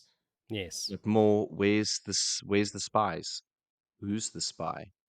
Obviously, there's someone. And how are they there getting right information now. so quickly back? I mean, regardless of who the spy is. We know their dark friends around. Yeah, but still, they would have to use pigeons. Not if they're reporting to Forsaken, who Oh are yes, giving orders in the tower. the Black Archer sisters had dream to Ungreals. Yeah, So and maybe the they Forsaken are are adept at using Terranry. Fucking hell. Tel'aran'rhiod. Yes, that place. Yeah. Yeah. Okay, so They maybe can they're use getting it. information like that. And who's taken? Was it Moghedien has taken the runaway Black Archer sisters and Leandrin, all of them. Yeah. She took them to play, and Yeah. Leandrin at the moment is lacking powers and the house beach. She's shielded. Yeah. Does Matt touch the medallion whenever someone is trying to actually channel near him or at him? There's often mention of him I thought that. touching it. But normally it feels cold against his skin, but that's not mentioned. Feels When cold he's being against his channeled skin. at. But Moraine's little blue gem glows twice in that chapter in the room. And he's touching it as well. So maybe, yeah, she is channeling at him, just like little probes. And Or near him. We determined it's not just straight at him when it goes cold, or like when he's near him. Because it's also from Rand's point of view. So you wouldn't know if it's cold against his chest. Rand is observing Matt touching it, which might be because it's cold, because Moraine's channeling near him. Possibly. I almost think like it's Matt somehow almost taunting, like reminding, because his Wouldn't be out of shirt is character. open. No. It's his unstringed, or what you call the shirt strings. It's like wide open, so the medallion's right up against his chest. So he sees Moraine's channeling by the glow of a little stone. So he's kind of like, He doesn't know that that's what that word means. It's Rand that sees maybe, that. maybe not. Even Rand doesn't know that it means that he doesn't know. You might suspect, but he's never said or commented on the fact that it's a Ungreal of any kind. If she is channeling, Rand would feel tingling, and he never mentions that either. He just mentions the gem in her headgear glowing. It's refracting light at an angle that it should not be. Yeah. Ooh, mysteries upon mysteries. But I mean, it's not out of Matt's character to flaunt something like that, like to draw all the Aes Sedai's attention, all the channelers in the room. Just look at this medallion I got over here. Yeah.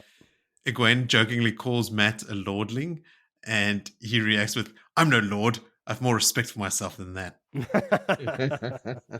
Doesn't miss an opportunity to cut them down. Yeah. The last note I have in here is just that Egwene notices when she sees another man in Rand's eyes and hears another man's words come out. I noticed it too. So, yeah. It's a slippery I mean, slope from we here. obviously do, but Gwen That's can see it and hear it. what Philly mentioned there in his chapter as well, when Rand thinks, "Forgive me, Elayne," and then an echo, "Forgive me, Elayne." I was like, "Whoa!" That gave me goosebumps, man. Mm. Yeah. Ever since that channeling up on that platform, now it starts like the voice is there, Mm. not just the memories. After his marathon channeling session where he opened himself up to the taint for that long. Yeah. Maybe the taint is the memories of madmen. Gained lots of new madness. Mm. XP points aplenty. He's leveled up in his madness. Anything else for that chapter, guys? No, that's been drained. No. It has. All right, then. So let's move on to favorite moments. And Jody, since you've already kind of let the cat out of the bag, and I absolutely have, why don't we start with you? Yeah, the cat's out of the bag. Why do I have to repeat myself? Galad, just the whole thing. Everyone fighting, that whole scene. Okay, cool. So not just Galad, like the whole Specifically scene. Galad, but also the Shinarans, the distinction between the Shinarans, like their look of respect at Galad afterwards. They look at him and go, Yes. well done, sir, Yeah. well done. And Very Brigitte cool. as well, just, picking out arrows from eyeballs often, just taking people down. Don't they describe, like in the beginning of the scene, like exactly where everyone's standing, like the girls in the middle, and then the Shinarans fanning out beside them, and then all the Shinarans almost as one, like they all unsheath their sword, or like ease their swords in their scabbards, like just stalking down the street, waiting for trouble, and then these dudes charge them and die. And then Galad standing with his arms folded until they're right on top of him, and then he unsheaths his sword and dances between them, kills Very cool. fucking everyone. Okay, I'll go next because we've still got Viddy's surprise. My favorite moment was the interaction between Gareth and Tom in Salidar, to the point where I want to actually just read it quickly because it is so rad. So this is after Gareth has come up and like got Uno to join the training camp instead of stealing his men's horses. And he says, "And you, Tom Marilyn." Tom half turned away at the other man's approach, knuckling his moustaches and staring at the floor as if to obscure his face. Now he met Brian's level stare with one of his own. "I once knew a fellow with a name much like yours," Brian said, "a skilled player of a certain game." "I once knew a fellow who looked much like you," Tom replied. "He tried hard to put me in chains. I think he'd have cut my head off if he ever laid hands on me. A long time ago, that would be. Men do strange things for women sometimes." Brian glanced at Swan and shook his head. "Will you join me for a game of stones, Master Marilyn? I sometimes find myself wishing for a man who knows the game well, the way it's played in lofty circles." Tom's bushy white eyebrows drew down almost as far as Uno's head, but he never took his eyes from Brian. "I might play a game or two," he said finally. "Once I know the stakes. As long as you understand, I don't intend to spend the rest of my life playing stones with you. I don't like staying too long in one place anymore. My feet itch sometimes." And Nynaeve watching this. Yeah, Nynaeve oblivious. What? So much talk about stones? Yeah, I just love that. All right, Vol. Lay it on us. I don't have a favorite moment. I've got honorable mentions, and then I have a least favorite moment. Ooh, Oh, mixing it up. Yeah, okay, least favorite moment, but that is Mm-hmm. probably the most impactful moment for me of this stretch of chapters is unfortunately Matt killing Melindra. Like, it's something that is going to be carried with him for a very long time, and that's the least favorite part of it. I mean, she was a Shido dark friend. I mean, you don't get Shido and then Shido dark friend. So, Yeah. I mean, Dagger was 2 for 1. coming her way at some point of time, but just it wasn't a Shido dark friend that jumped out of the bushes at Matt and he had to defend himself. It was someone that spent time with him regularly and intimate time with him. Try It's to build him up. mm.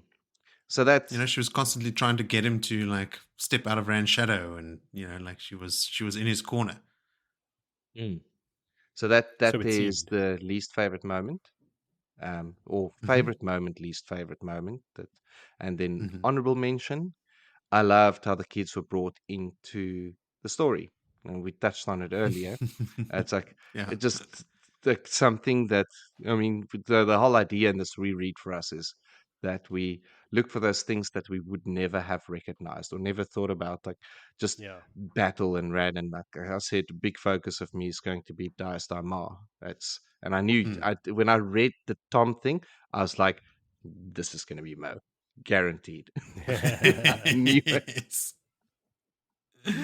Um, Picked. so I mean, going on that focus of politics and all of that, and then the lightheartedness all of a sudden with the kids being brought into it and juggling for the kids and everyone trying to, and even down in Salidar when they're there, they're trying to get these two. What would these kids be now? They Husks would of be children. probably and husks of children out of their shells with nothing that's left over there after Mogedian's done with them. But yeah, that's me for this one. Nice. I had one honorable mention, which is when Elayne tries to force Susan Sarandon to come with them, and Brigitta's response to Elayne going, "Why didn't you help me?" And Brigitta's like, "You deserve that. And when Yeah. you do deserve a lesson, I'm not going to step in. You can learn that one yourself. Thank you very much." Okay, then. So, to our listeners, send in your favorite moments, your thoughts, your theories, your clarifications, your corrections, trivia, anything. Send us anything. We are interested in all of it. And the easiest way to do that is to just tweet us at Blood and Ash Pod or follow any of the social media links in the episode description below. And if you get a chance, like our good friend Sarah, write us a review anywhere on whatever platform it is that you use to listen to our podcast. I had a rumor that people who don't write reviews and don't give 5 stars are all dark friends or white cloaks. Just heard that in the It ether. all makes so much I sense I now. I know that I don't write reviews, and I know that I'm a dark friend. So there's some That's your pseudoscience for you. excuse. Proof. Yes, listen to Billy. Next time on Blood and Ashes, it will be the big finale for the Fires of Heaven, the last couple chapters. That's chapter 52 called Choices to chapter 56 called Glowing Embers. I cannot wait. Word. 50th episode. Woo! 50th episode. Wow, look at us go. Well done, gents. So join us then. But until then, sleep well and wake. Cheers. Here's outro.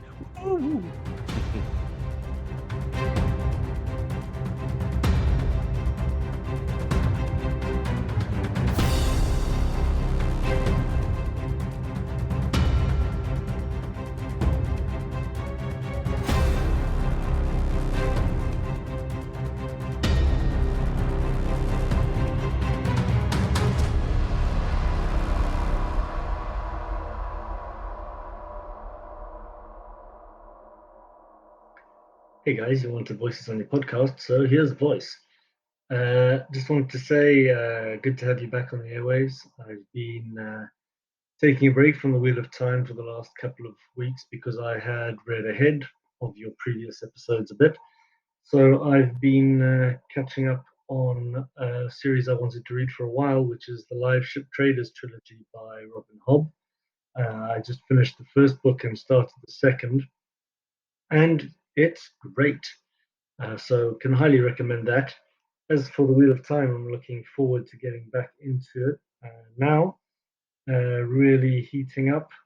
Yeah, really excited for the climax of this book and pushing forward. I think Mo, you mentioned in the last episode that you don't think you've read the Sanderson books a second time.